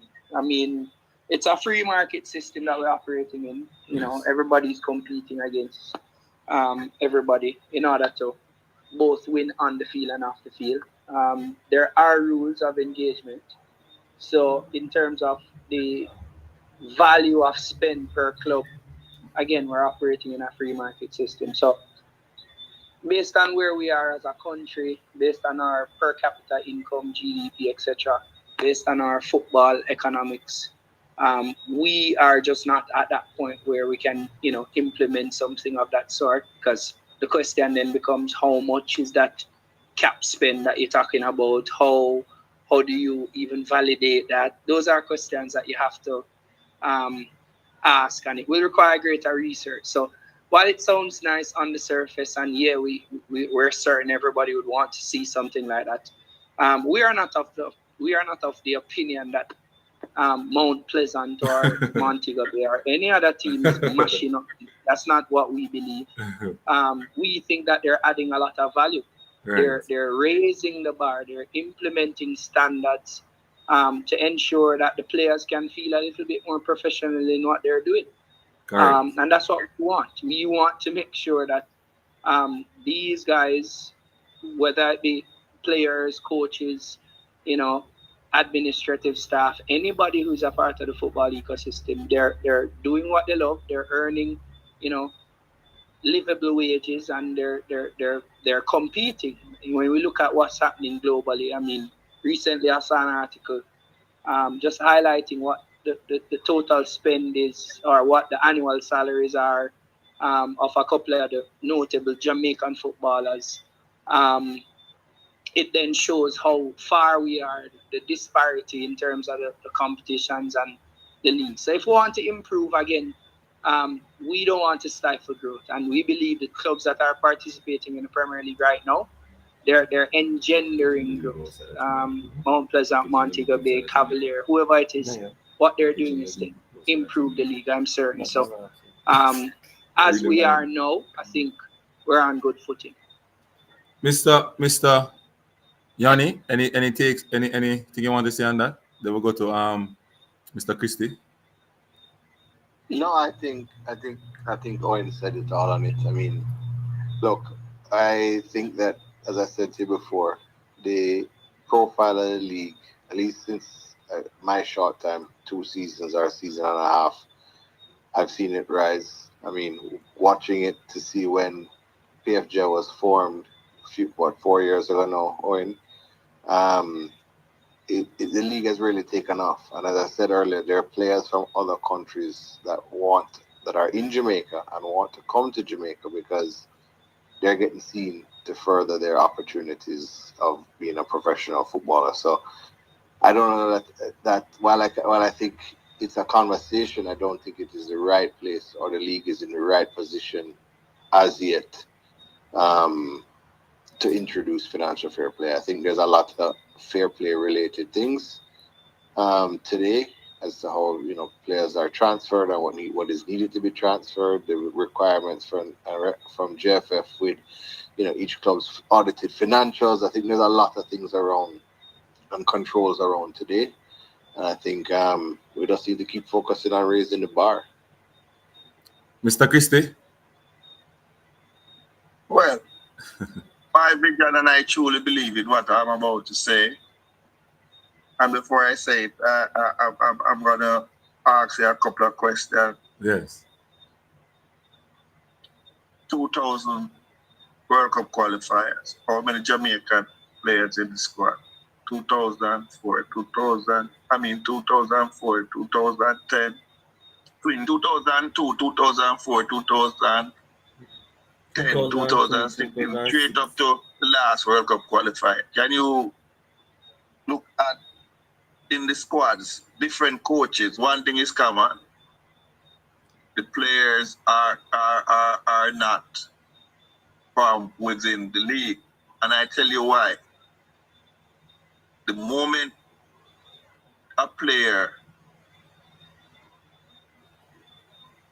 is deemed to be at a certain level, then even less than ideal condition, he will opt to move away from his family and see the opportunity elsewhere. And I can tell you this, I've heard a lot of stories. Some of these stories are less than ideal condition. However, they truly believe that they are professionals and they are trying to make a living for the family. Like clubs like Cavalier, Montego Bay, Portmore, Mount Pleasant, to name a few, we are trying with every fiber in our being to have football as a professional sport. It's not there yet. Be very, very clear on that. It's not there yet. We are aspiring, but guess what? We are getting there, and the index that you can use to judge that we are getting there. Other countries within the region, the players are watching what we are doing and they are trying to join us, and so that we can actually, we have a stronger Premier League, we have a stronger Jamaican base team, and we'll be able to compete in CONCACAF. What my dream is not to go to Europe and America to build our team, but to reinforce what exists here. The only way that it can happen is to improve our infrastructure, which includes surface lightings and all of that, our salary, so that players can be here doing their job right here and is able to take care of their family. And I can tell you from a different sport, before Asafa decided that he's going to do it here in Jamaica, the moment an athlete figure out that he's good enough, the very first thing he wants to do is to move his talent away from Jamaica. So I've seen live experience of changing the dynamics, changing the landscape, and the PFJL team is committed, and salute to my CEO, Mr. Owenil, and Director Danny F's team, who truly believes in the product and what we are doing. It's not a quick fix, it's not a switch. However, we are trying to improve lives and livelihood as we go on. And let me use this opportunity to implore and cooperate Jamaica and the government to to assist in us in reaching that truly reachable dream, so that 2026, 2030, 2034, we are not just aspiring to get there, but we will get there. And it starts right here, our better grassroots program, better developmental programs, and better and stronger Premier League. Jamaica will benefit. That is how I see it. Mr. Meeks, your question? All right, my question go for all three. Mr. Hill, you can start. Based on what I'm hearing, a lot of interest from players from the other Caribbean countries. I recognize that based on that, this is a market for us. Is there any plan for the JPL to be packaged and we can sell it to other Caribbean islands and the JPL can benefit financially and in turn clubs would benefit from that? Mr. Hill. It's a good question. I'm not sure if I fully understand the question. The question is there any plan to package or sell JPL copyright the whole football in the Premier League and they maybe create an app or something and they start to sell that product to other Caribbean countries? All right. Well, I mean, just for starters, right now we actually do that. On the Sportsmax partnership, every single time there's a game played in Jamaica, in the Jamaica Premier League that is televised. It's also televised in the other Caribbean countries. And there is a rights fee that is afforded onto the JPL. So when you say package and sell to the other Caribbean countries, I suspect it's deepening our relationships within those spaces. As both gentlemen mentioned, there is high interest, like strong interest from the Caribbean partners and our neighbors, if you want to call them that. Players want to come here. If you check even the current status of a few of the top teams, they have a lot of Caribbean nationals: St. Lucia, Trinidad, St. Vincent. So the point is, yes, we're a growing brand, but we are still the benchmark in the Caribbean. Are we where we want to be? Definitely not. Every single day there's some kind of strategy discussion about how can we grow the league. And there are different ways to grow the league. One is broadcast. So we have to get the product in such a way that people want to purchase it.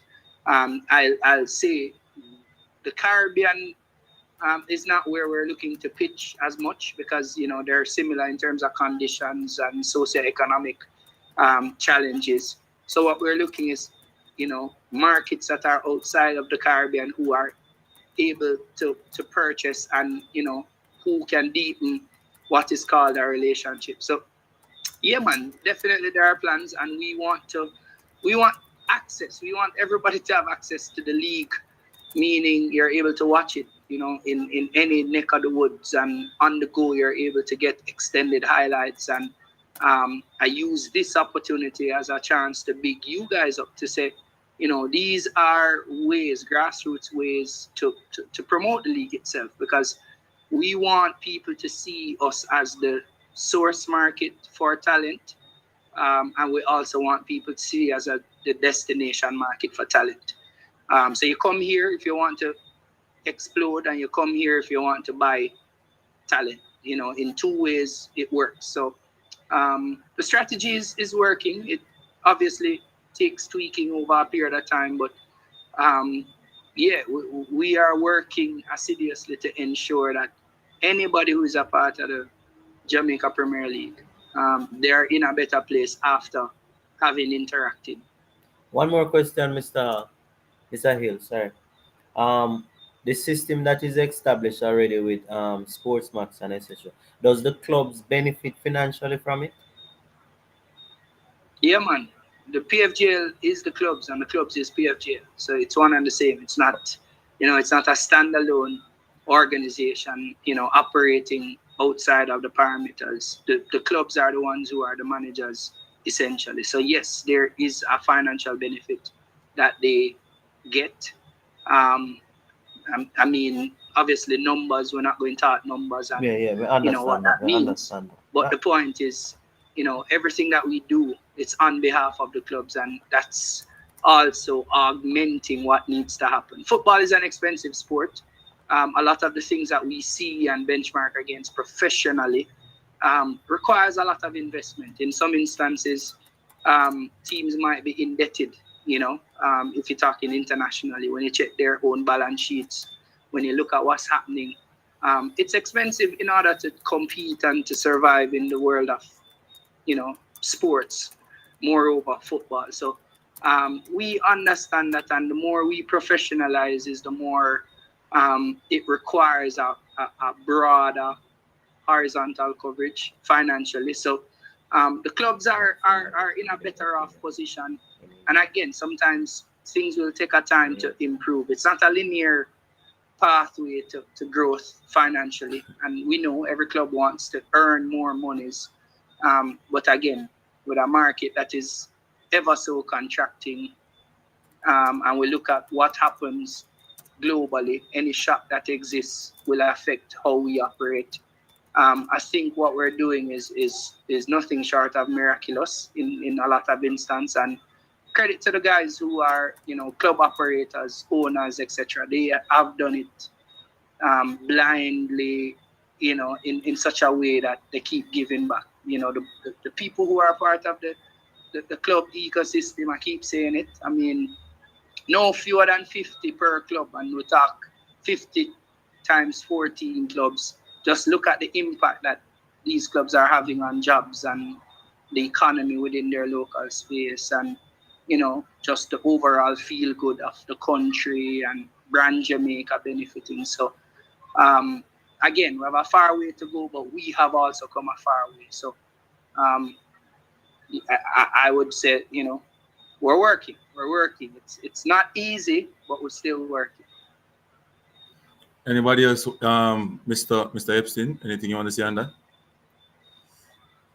No, I just think no, as Owen said, we are working, and I think the product continues to enhance. So Paul has said it, Owen has said it, I've said it. It's tremendous what is taking place, and you need to be a part of it. If not, you're gonna miss the bus. Yeah. I have to say something before I put in on Christy. I was at a game, and I was looking at a different. There's a number of different apps that shows results and stuff of games, right? And I was looking, and as the goal score, Mr. Meeks, that app is updated before the JPL app, and the JPL officers are there at the game, right? And I'm saying to myself, JPL cashing out on these people. There are people, that are betting in Europe and so on. I don't know if there's, agreement with them, but I'm wondering. I'm seeing a lot. There's a lot of people overseas asking. I'm doing a live already with Cavaliers, Mr. Meeks, and people are asking me, who get red card, who this, who that on the live. I tell them, and them just put it in, and people are saying them going to bet this and I bet that, and you understand, Mr. I mean, the JPL benefiting from those, risk of gambling. Mr. O'Neill. Yeah, we do. Again, Okay. there is a betting partner. But the question that you're asking, can we tighten up? Yes. There's always the room to tighten up. Do we have the infrastructure in place? No, we don't. Okay. It requires a lot of monitoring. I mean, even by virtue of what you have been doing, if we're going to go strictly by the letter of the law, you are in breach. You are not supposed to be recording. No, you laugh. You laugh at, you might take it as a joke, but it's serious. If we're going strictly by the letter of the law, repeat that again. Repeat. You shouldn't even have a video recorder in the stadium. No. Repeat. Repeat that. You lost me. I'm saying to you, Mr. Parchment. Yes. that if we're to go by the letter of the law, you are in breach The entire of game, any right? contract. Sorry? The entire game, not the you would say now the No, man. I'm saying to you, whatever you're doing, and I've seen the work that you've done. Whatever Yes. you're doing, if we're going by the strict letter of the law, right. you are in breach. You should be served with a notice right now, and if anything, prosecuted if you continue. Man, I make the people and prosecute with you, you know. But that's the point that I'm making. That's the point that I'm making. So while, you know, it's nice and easy to say, oh, you know, how comes and why this, and but there's a catch-22. We need promotion. We need grassroots. We need people to understand this thing. We need the product to grow. So, you know, where do we give? Where do we take? How do we manage? And again, in this new technology world where scraping is way more possible than ever, I mean, we can go into real hardcore facts. You know, people with access to the games, for example, Fire Stick. Who do you pay? Who do you pay for those things? But do we want people to be watching it and consuming the product? Of course. Of course. So the point is we're clear on the strategy. We know that we want to grow the product. We know that television is a major part of growing the product. And in our jurisdiction, we want to enforce as best as possible, but also provide greater access to people who want to consume the product, who will help to promote the product, whether it be directly or indirectly. As I'm saying, are we far ahead? You know, are we fully compliant? Are we monitoring and enforcing in the greatest way, like the EPL or like the Bundesliga or wherever it is? No. Those are built out organizations over years, you know. But the vision is for us to get to a better place than we were last year and than we were the year before. Are we doing that? Yes, we are. Is it foolproof? No, it is not. But again, there's a plan in place to always keep growing it. And as Mr. Christie said, you know, to ensure that the lives and the livelihoods of the people who are participating in this product called the Jamaica Premier League is better off having interacted with it. Yes. Mr. Meeks? Mr. Christie, I don't think Mr. Owen Hill, I don't think Mr. Owen Hill want to be a part of this question. So this question goes to Mr. Yanni and Mr. Christie, because earlier we were talking about, you know, the game coming up and stuff like that, and you know what they are doing to drive the fans in and stuff. So we reach the part now, we're gonna ask you your prediction of your game, right? And may ask your prediction of, you know, other games as well. All right, if you wish to answer. So your game, Mr. Christie versus Arnett Gardens, right? All right, for the game versus Arnett Garden. Yes. At Mount Pleasant, we believe in a principle. We try to stay away from specifics and try to adjust them as we go along. So we are not interested in scoreline. We are just interested in the outcome, which is the W. The W is all that matters to us. The W. So you don't have any scoreline. No, if that is insignificant to us, we will take the W over everything else at any given day. That is the way we operate at Mount Pleasant. Mr. Yanni, what scoreline you think, you know, that game will be? What the game against Mount Pleasant against Arnett? Yes. Well, from where I sit, I want them to have the W. Who is that? Mount Pleasant. You want them to have the W? Why not a draw? Why not a D? No, that just adds one more match that I have to, you know, work harder on. Okay, Mr. Meeks. Continue. I think it will be an exciting match. So if I was to put a score to it, I would say 2-1. 2-1 to Mount Pleasant. Yeah. No, man. No. We need to call Arnett, you know. We need to call somebody on it. Mr. Golden or somebody like that. Anyway, 2 games. Mr. Meeks, your prediction? Well, for me, based on what I've seen, I know that Arnett is to me, Arnett is one of the most attractive team.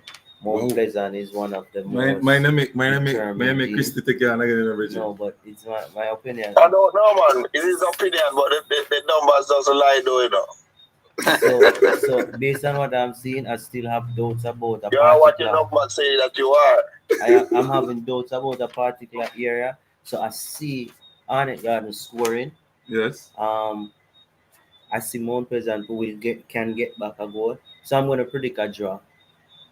Wow. A 1-1 draw. You say 2 it yeah for a top 10, you know. A top 10 yeah 1-1 for draw. No, man. top 10 yeah for 1-1 draw. Me can't see Mount Pleasant blow away Arnett winning them. Me can't see. You think Because Arnett is very attacking and very and them creative. improve in terms of defense? And I think Mount Pleasant center off is still having problem with them. He's still having problem with them. All right. You want to hear my one now? You want to hear my one? Chris Sir Paul. Everybody want to hear unseen, don't you know? All right. So one of the things that I am impressed about with Arnett Garden is that over the years they're always have a poor defense line, goal score on them. Most of the time they try to outscore a team. This season, I think Coach Gilbert has improved on that. Earlier, he had the issue, went in the market, get some players, and you look at it now, 17 games, 10 goals. You understand me? So they are doing well in that department. Going forward, scoring goals, they're not the best. Mount Pleasant is the best. So Mount Pleasant get a big player. Huh? Walsh, I think he's one of the top. No, but Walsh can play it. No, he might go play Sunday. You think so? So what? A big match, this No, man, they're going to play Walsh over Edwards who score goal and Bradford. I never say I play. I say Walsh, I go play another game. Problem for them defender. Start over, but Walsh, I go play. So me have a 1-0 win for Arnett Garden. All right. Just like Monty go be. Yeah, yes. but hold on. But Mount Pleasant are gonna knock on the door hard, you know. Yeah, but let's be clear. Them just now get the goal. Arnett Garden made a good transfer. Oh yeah, we are Mr. Parchment. Yeah. I think. How you do the numbers? We are. Remember I know you're very good with numbers. Yes, go ahead. You realize that Waterhouse is the only team from the season that prevented Mount Pleasant from scoring. You know, say, boy. You can't Waterhouse name out of bed, though.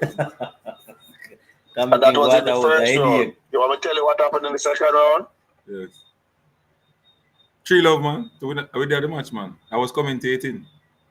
And this was a game that we missed even penalties. Yes. And very, very clear chance. True. So I'm trusting the technical ability of our technical staff led by the legend, Mr. Theodore Whitmore and Mr. Davian Ferguson. And we'll do the best that we can and continue to live with the result. This is why we play the game. I don't want to be at the match and see you moving. Hold on. I don't want to be at the match and see you moving up and down like when you were at this CFU game with Cavaliers and Mount Pleasant. You and Mr. Peter Gould, Yeah, but guess what? That is the thrill of it, you know. The moment I am not nervous before or during a game, then the moment I know that I don't belong anymore. True. From all my one thing that is constant with Paul Christie, and anybody who knows Paul Christie, I've never ever been settled when my team is playing. That nervous thrill, that is what drives the passion.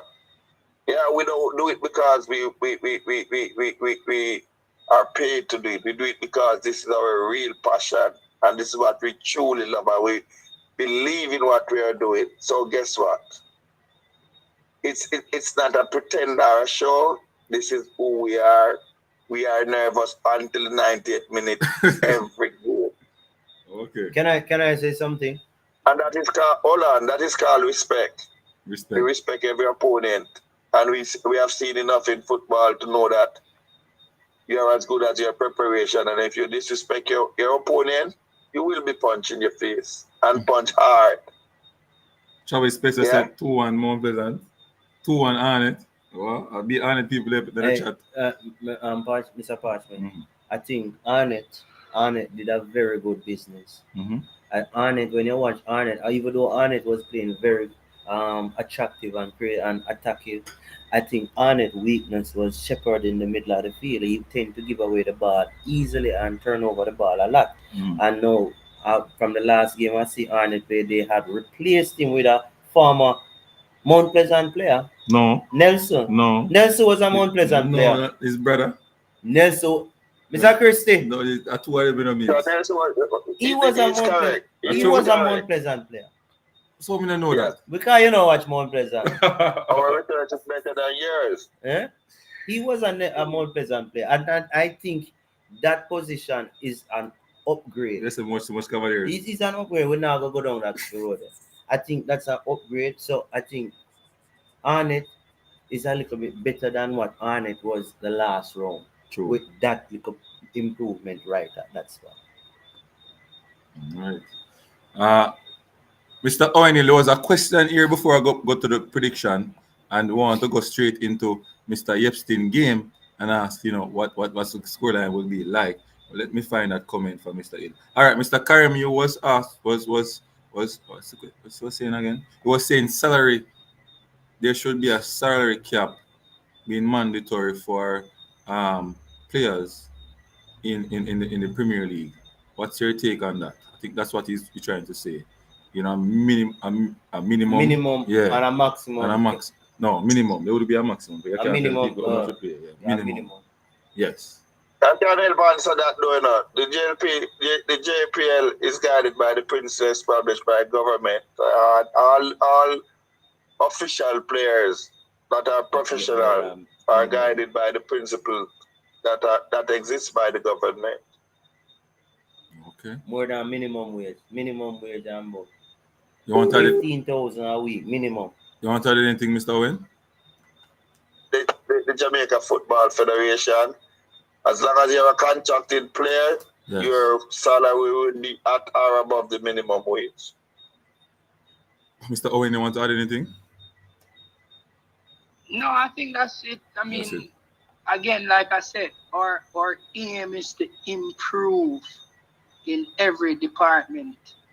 Obviously, salaries are one of those.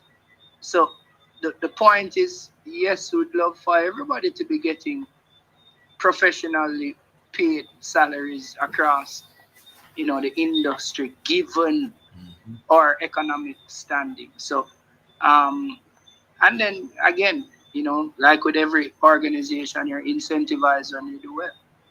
And I think that's the principle that is guided. So as Paul would have mentioned, there are standards in place, minimum wage guided by the GOJ and the JFF guidelines.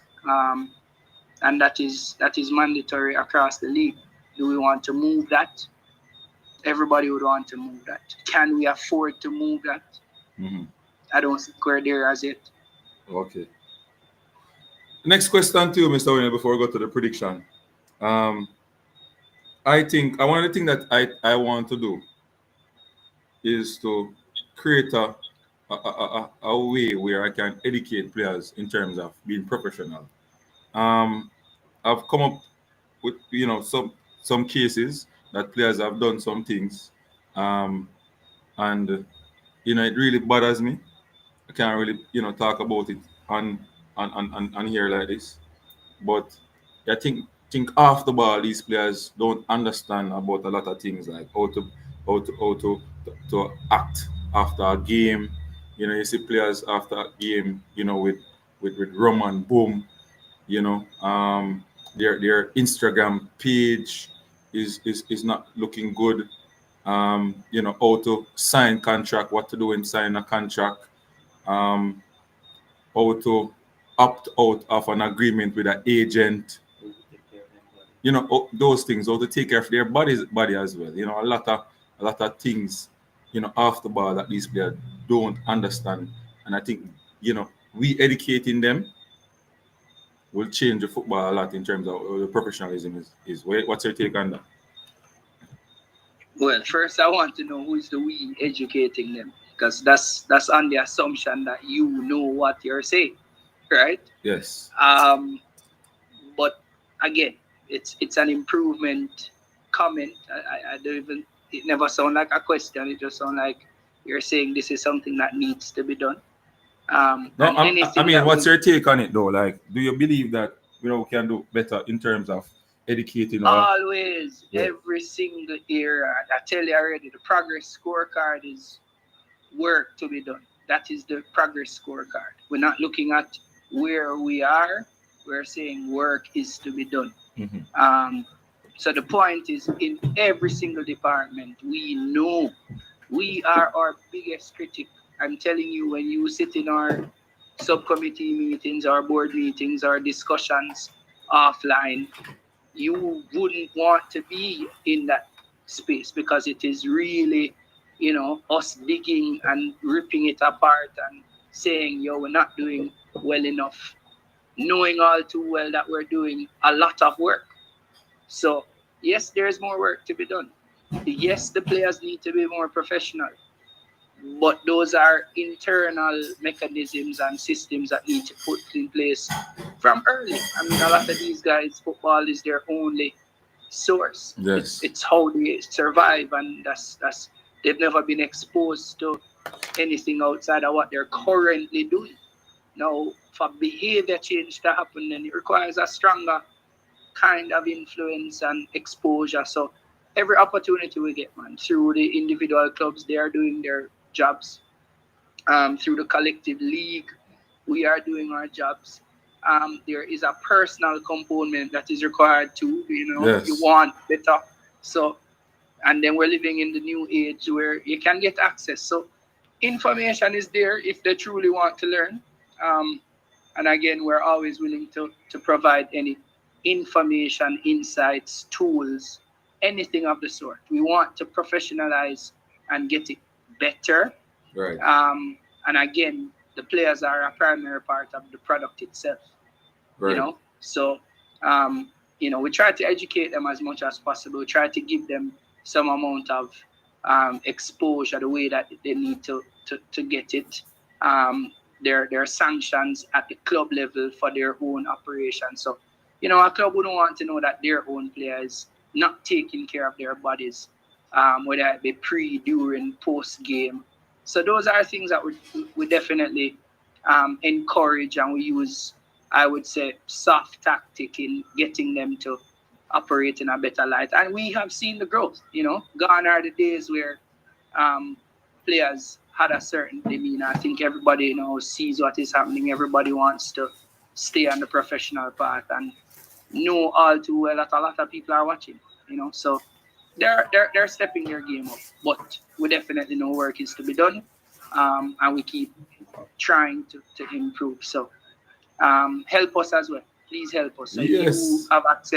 if you have access to any player that you believe can do some improvement, there's improvement to be done with those players, and you have access to those.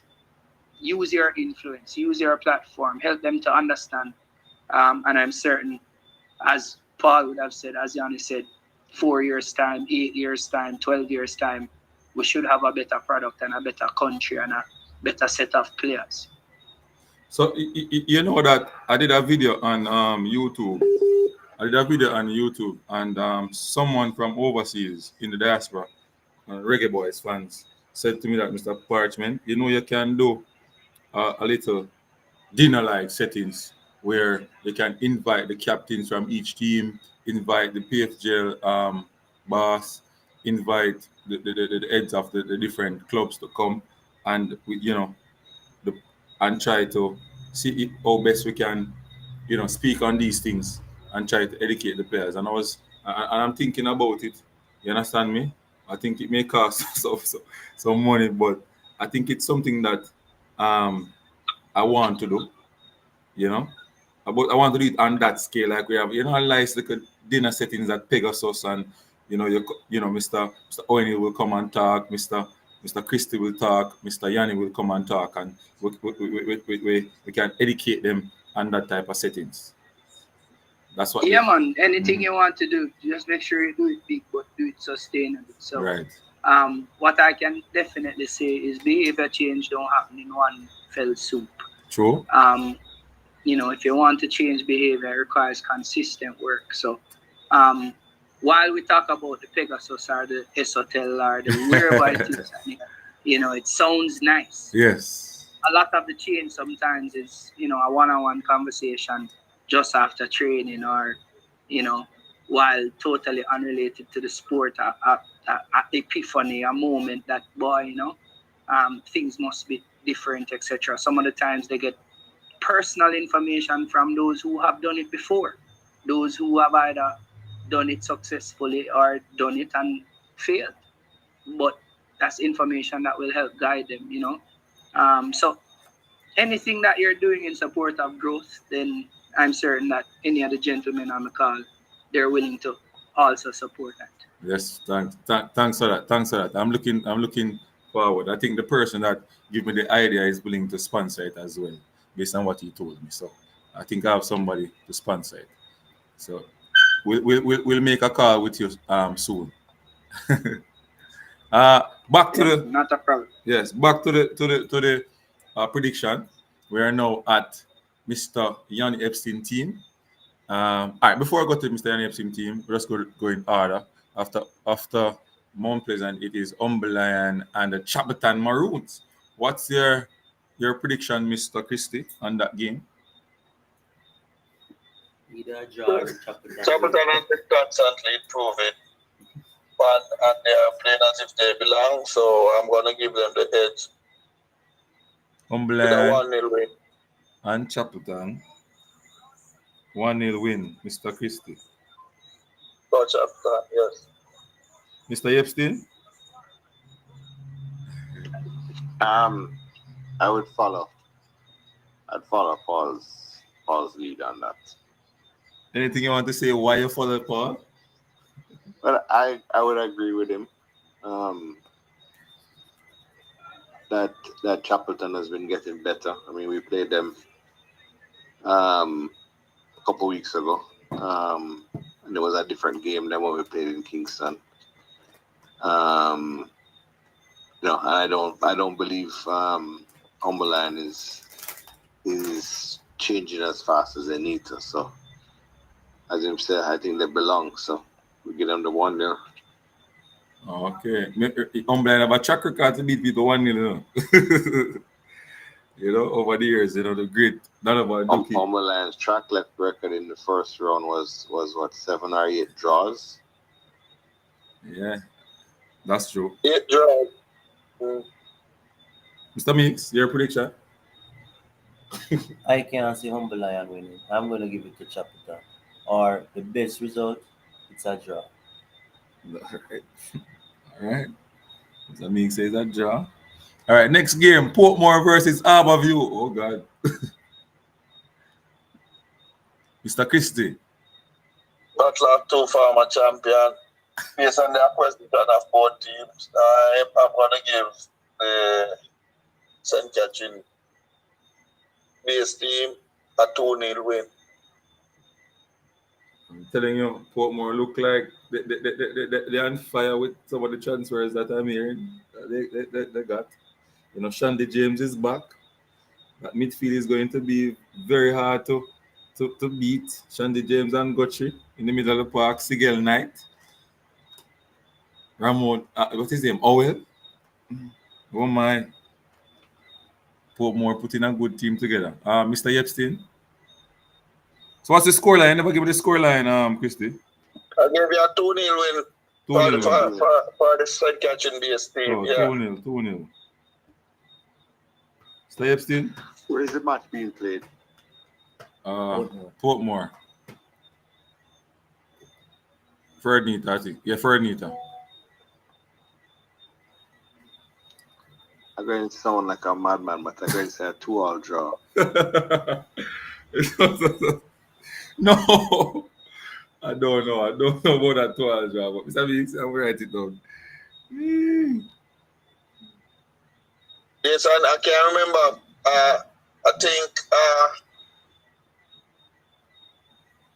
the former champion in Albertville would have scored more than one goal, maybe one time. I can't remember them scoring more than one time. They scored more than 2 goals. I mean, more than 1 goal in any game after 16 rounds. So, as much as I would want to agree, you're as good as your farm say you are, and they're finding scores hard to come by, and I've not seen a lot of change. Maybe those transfers are secret.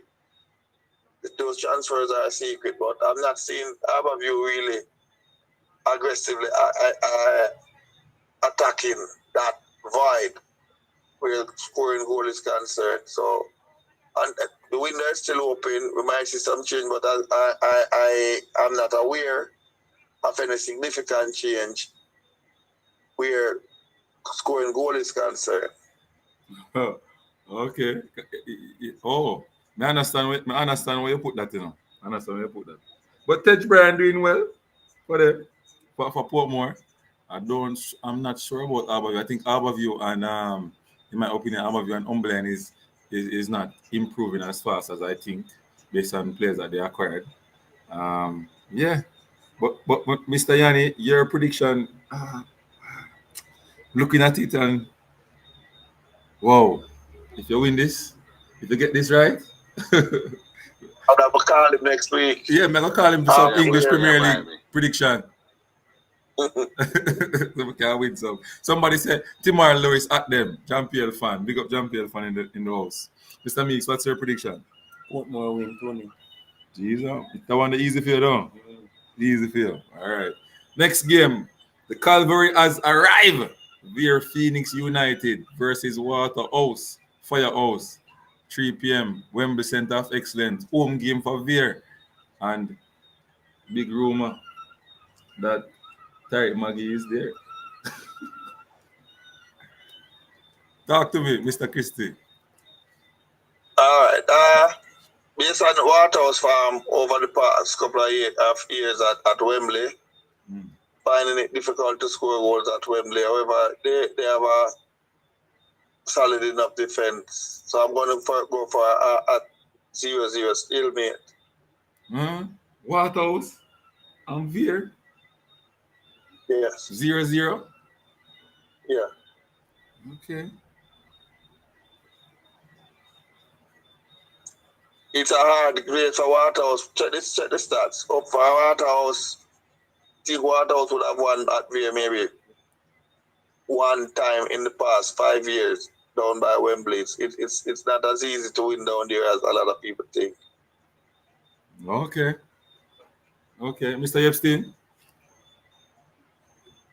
I'm going to say 1-1. 1-1. So Craig Butler list, you know. 1-1. All right, 1-1. Mr. Meeks. 2-1 Veer. Veer beating Waterhouse. I call Fuzzy, you know, because I call Fuzzy for you. They'll move right to the beats.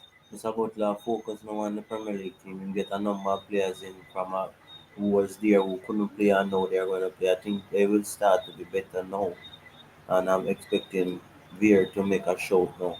J. Calvary arrive. Yeah. I'm expecting something now. If it doesn't happen, then something is wrong. Something wrong. Something wrong. All right. Going now to the big game. And the first person I'm going to call. Somebody said Waterhouse I win 5 love. Travis Peso. Peso. Peso easy, you know. I tell you. The man. All right. Big game now. Mullines, Monday night game, 5 p.m. Monday evening.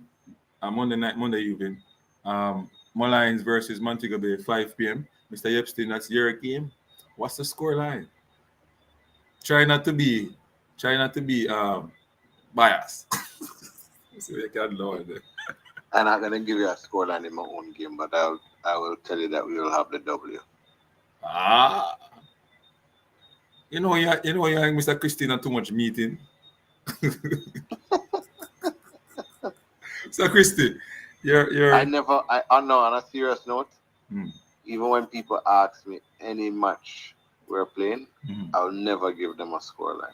Wow. I'll never say we're gonna win 1-0, 2-0. I'm just gonna say I feel good about this game. We're gonna win. Okay. So what's the reason why you don't give scoreline in your games?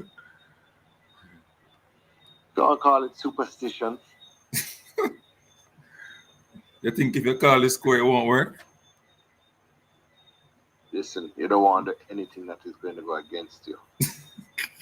True. It's a smart one. Uh, I made a comment to my friend the other night that the last match he went to, W. we lost. And I don't know if he should come to this match. And he came to the Waterhouse match and we lost. So I told him he's not allowed to come back to another. Stamix, I'm expecting Montego Bay to win. I'm probably a 2-0 score. McGregor is there and Devon Davis scoring from lines. I expect Montego Bay. Big coach is Mr. Thomas. We can't hear him, you know. You're not hearing him. He's not here. I expect Montego Bay to win a 2-0. I'll give Montego Bay a 2-0 victory. 2-0. Whoa. All right. Mr. Christie. Yeah, I expect this one to be a high-scoring game. I think Montego Bay will win 3-2. Montego Bay 3-2. Yes. Okay. Who you think going to score for my Lions? It's a McGregor and Mr. Davis. Hey, if you never call McGregor name, something wrong, you know. He's that good doing up. He's that good for true. He's that good. So 3-2 to 3-2. All right. Our biggest friend, one of our best friend in the football, we're going down to Cavaliers, Mr. Speed. Wanted him on the platform as well. So we're going right down to Mr. Cavalier. Look at his game. Cavaliers versus Racing. This game can't go anywhere, you know. I can't give no prediction on that one. Mullines versus Montego Bay. I say that can't no me no know. Oh me can't bet against Montego Bay. Alright, I give Montego Bay a 2-1 win over Mullines. For Veer game and Waterhouse, if Veer win, and this is truth, if Veer win, I get more money on YouTube. So I have to go with Veer. 1-0. Veer winning 1-0. Umberlands, Chapelton for me. Chapelton winning 1-0. And Portmore. I think Portmore going to I think Aberview going to win that game, 1-0. So I'm going to be a madman to like Mr. Epstein. 1-0 for Aberview. Now we're at the Cavaliers game now. Mr. Meeks, you first. Cavaliers versus Racing. What's your prediction? I'm going to be a madman and say a 1-0 draw. Why? Because I think I bet against Cavaliers, Bridget. Cavalier. So I don't know. Mr. Epstein. I know you pick against Javan team, you know. ask him again. You go pick against Cavalier, Bridget. Sorry, I never heard who they're playing. Racing United. But them are gonna be Racing. Sure? I'll put up a 3-0. 3-0. Remember Racing just play Mount Pleasant and give them a shock, you know. Yeah, but them have one. I think them that show the match, and then they're one good game and then them have a bad game and then a good game and then a bad game. But you have to also remember that Racing Look at the defeated. Game they played against. Look at the game they played against my Lions. I watched that game. That was no form of football. But the game that they put up against Mount Pleasant the other night, It's a different racing team. Better players in. Same players. They have a way of rising to the occasion. True. So what's the scoreline? Cavaliers 3 love? I tell you 3-0 Cavalier. 3-0. All right. Mr. Christie? Nah, but against Cavaliers. Let me take it into everything into context. When they last played, it was on the rigorous run of the Caribbean Cup, which I must use this opportunity to again congratulate Cavalier on winning it. They catch a really drained mentally and physically drained Cavalier team. They were tired. Mm-hmm. Yeah, and you see a different Cavalier. Today, you will see Cavalier, doing the sporting director of Cavalier. He would have been watching these videos. The team will be rested. Mr. Calvin, Mr. Stein, just to name a few. Their new acquisition, Mr. Dunn, he will be able to prove a point. And this could get ugly quick. Believe me, I'm going 4-1 Cavalier. Whoa, after them almost, take your 3 points. I mean, they put you second now in terms but of... hold on. And I'll say again, everything is in context. It was Mount Pleasant would have had that game in total controlling the flow of the game until that red card. Part of the game. Mindful of that as well. Part of the game. Mm-hmm. So you're saying, and we would have made a few mistakes in the game and invited racing in the game. And guess what? Understand this. It took a lot of energy to maintain that intensity, both mental and physically. Believe me, Cavaliers well rested, and you'll see what I'm talking about on Sunday. Yeah? On Monday, that's a Monday game. On Monday, yeah. Even better, 1 extra day for Mr. Speed and his team. Understand this, Mr. Speed. Understand what periodization is about. He had no control over the long run it's just an index of success. The team was mentally and physically drained. Yeah? Mm-hmm. And they came on a run of Sunday, Wednesday. Mm-hmm.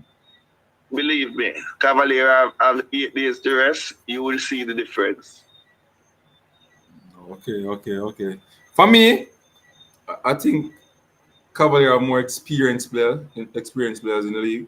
They are younger than some of the players that play for racing, but more experienced. And I believe winning the Premier League 2 years and also winning the Caribbean competition this year. It brings a different mindset towards the players. They might bring Messi to Jamaica, Mr. Meeks. So, they're on a different level in terms of their mental toughness and where they are in terms of looking at the football, looking at their opponents and stuff like that. If they go out there and put on and play football, I don't see racing winning. I think the W will be in the Cavaliers column, Mr. Meeks. What's your take? It's a draw already. Draw? Will I try to change your mind? Can't change your mind.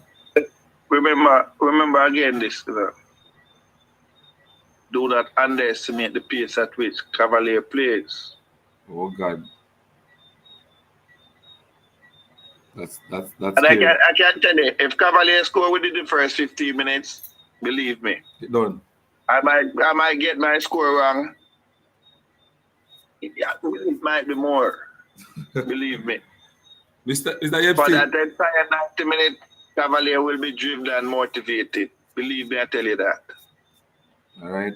I hope you talk like this next week Thursday when we're calling for the show about Cavaliers. versus Mount Pleasant. I'm speaking about Cavalier versus Racing, though.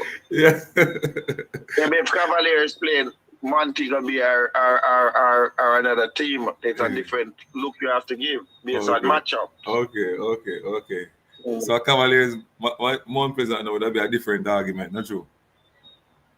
Let's see what the argument will be on Wednesday. Thursday not be a match. No, man, we'll speak about it before the game. Yes. With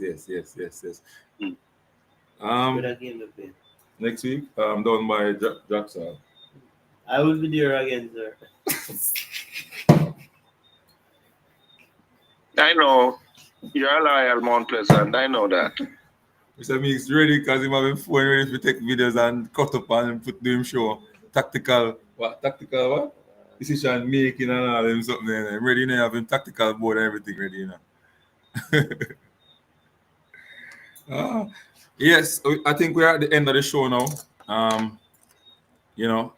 Once again, thank you guys for accepting the invitation to come onto the platform in a short notice. Mr. Owen Hill, Mr. Epstein, Mr. Christie, it's a pleasure to have you guys here. And we can do this more often where persons can come and be educated, have fun, listen to you guys and stuff like that. A lot of people think that you guys are not, like this, where you come on. No, people know Owen Hill as somebody who talks, but in terms of Christy and Mr. Yanni, they don't know that you are like this, you're this type of person. So it's good having you on, and you could, share your thoughts and games, share your predictions and stuff like that. Yeah, man. Yeah. Respect and all the best. Yes, man. Mr. O'Neill, anything you want to say before you go? Oh, thank you for the platform. Thank you for continuing to promote the Jamaica Premier League and the work that is being done. Again, we don't take these things lightly. And all the very best to the teams. Week in, week out, they're out there delivering. And we just look forward to what is to come this weekend. Right. Mr. Christie. Let me say to you and Mr. Meeks. Mr. Meeks. Thank you for Mr. Christie, I have something to say to you. Thank you for believing. Thank you for trusting the process. Thank you for backing this. Especially Mr. Meeks backing the Mount Pleasant brand and backing brand JPL. Let me say to our CEO, Mr. Owen, thank you for your selfless contribution. Repeat that. Oh, selfless contribution. Okay. To the product that is the JPL. Thank you for believing. Thank you for tirelessly working when and I know this because when a lot of people work from 9 to 5, we sleep from 5 to 9, and I can tell you that about Mr. Owen Hill because he lived it as well. Okay. Thank you for investing, Mr. Yanni Epstein. Let me also use the opportunity to thank my owner, Mr. Peter Gould, and the Gould family for believing in brand Jamaica and believing in brand Mount Pleasant and the JPL. And we are getting better, and we are committed to the product. We believe in the product, and the product will get better. And guess what? The index does not lie. It is improving. We have not settled. We constantly believe that we can get better, and we are all committed to that as a group, both individually, collectively, and the growth will happen. Thank you for believing and promoting the product. Again, Mr. Parchment, and let me thank Mr. Bam Sport, Mr. MG Sport, Mr. Jean-Pierre, Mr. Nakins, Reverend Stennett. I am Sports, yeah, and just to name a few, yeah, and Knockings and all of the other people who are believing and expanding the reach of the product. And yes, so we will get better. I truly believe that, and that's why we stay committed. So, as let me say to especially Mr. Meeks, let's just continue to trust the process, and it's a process, and we will get better. I have one video of saying with Mr. Mix. No bother with it. See that. Mr. Meeks knows exactly where you have to find me on a Sunday, and this Sunday will be no different.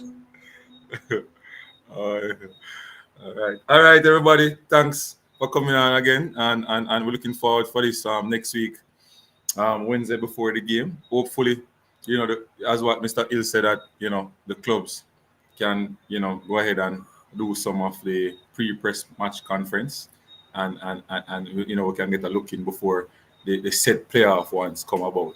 Understand? So spice it up, especially the Cavaliers versus the Mount Pleasant game. I think they're gonna have a lot of fun with that building up to that game. All right. Thanks again. Big up on yourself. Thanks, and good luck on your game. Take care. And Same to you, Paul. good to see you. Good luck on my game. Take care. Yeah, thank you, Christy. Yes, man. Thank you. All right, thank you, man. Oh.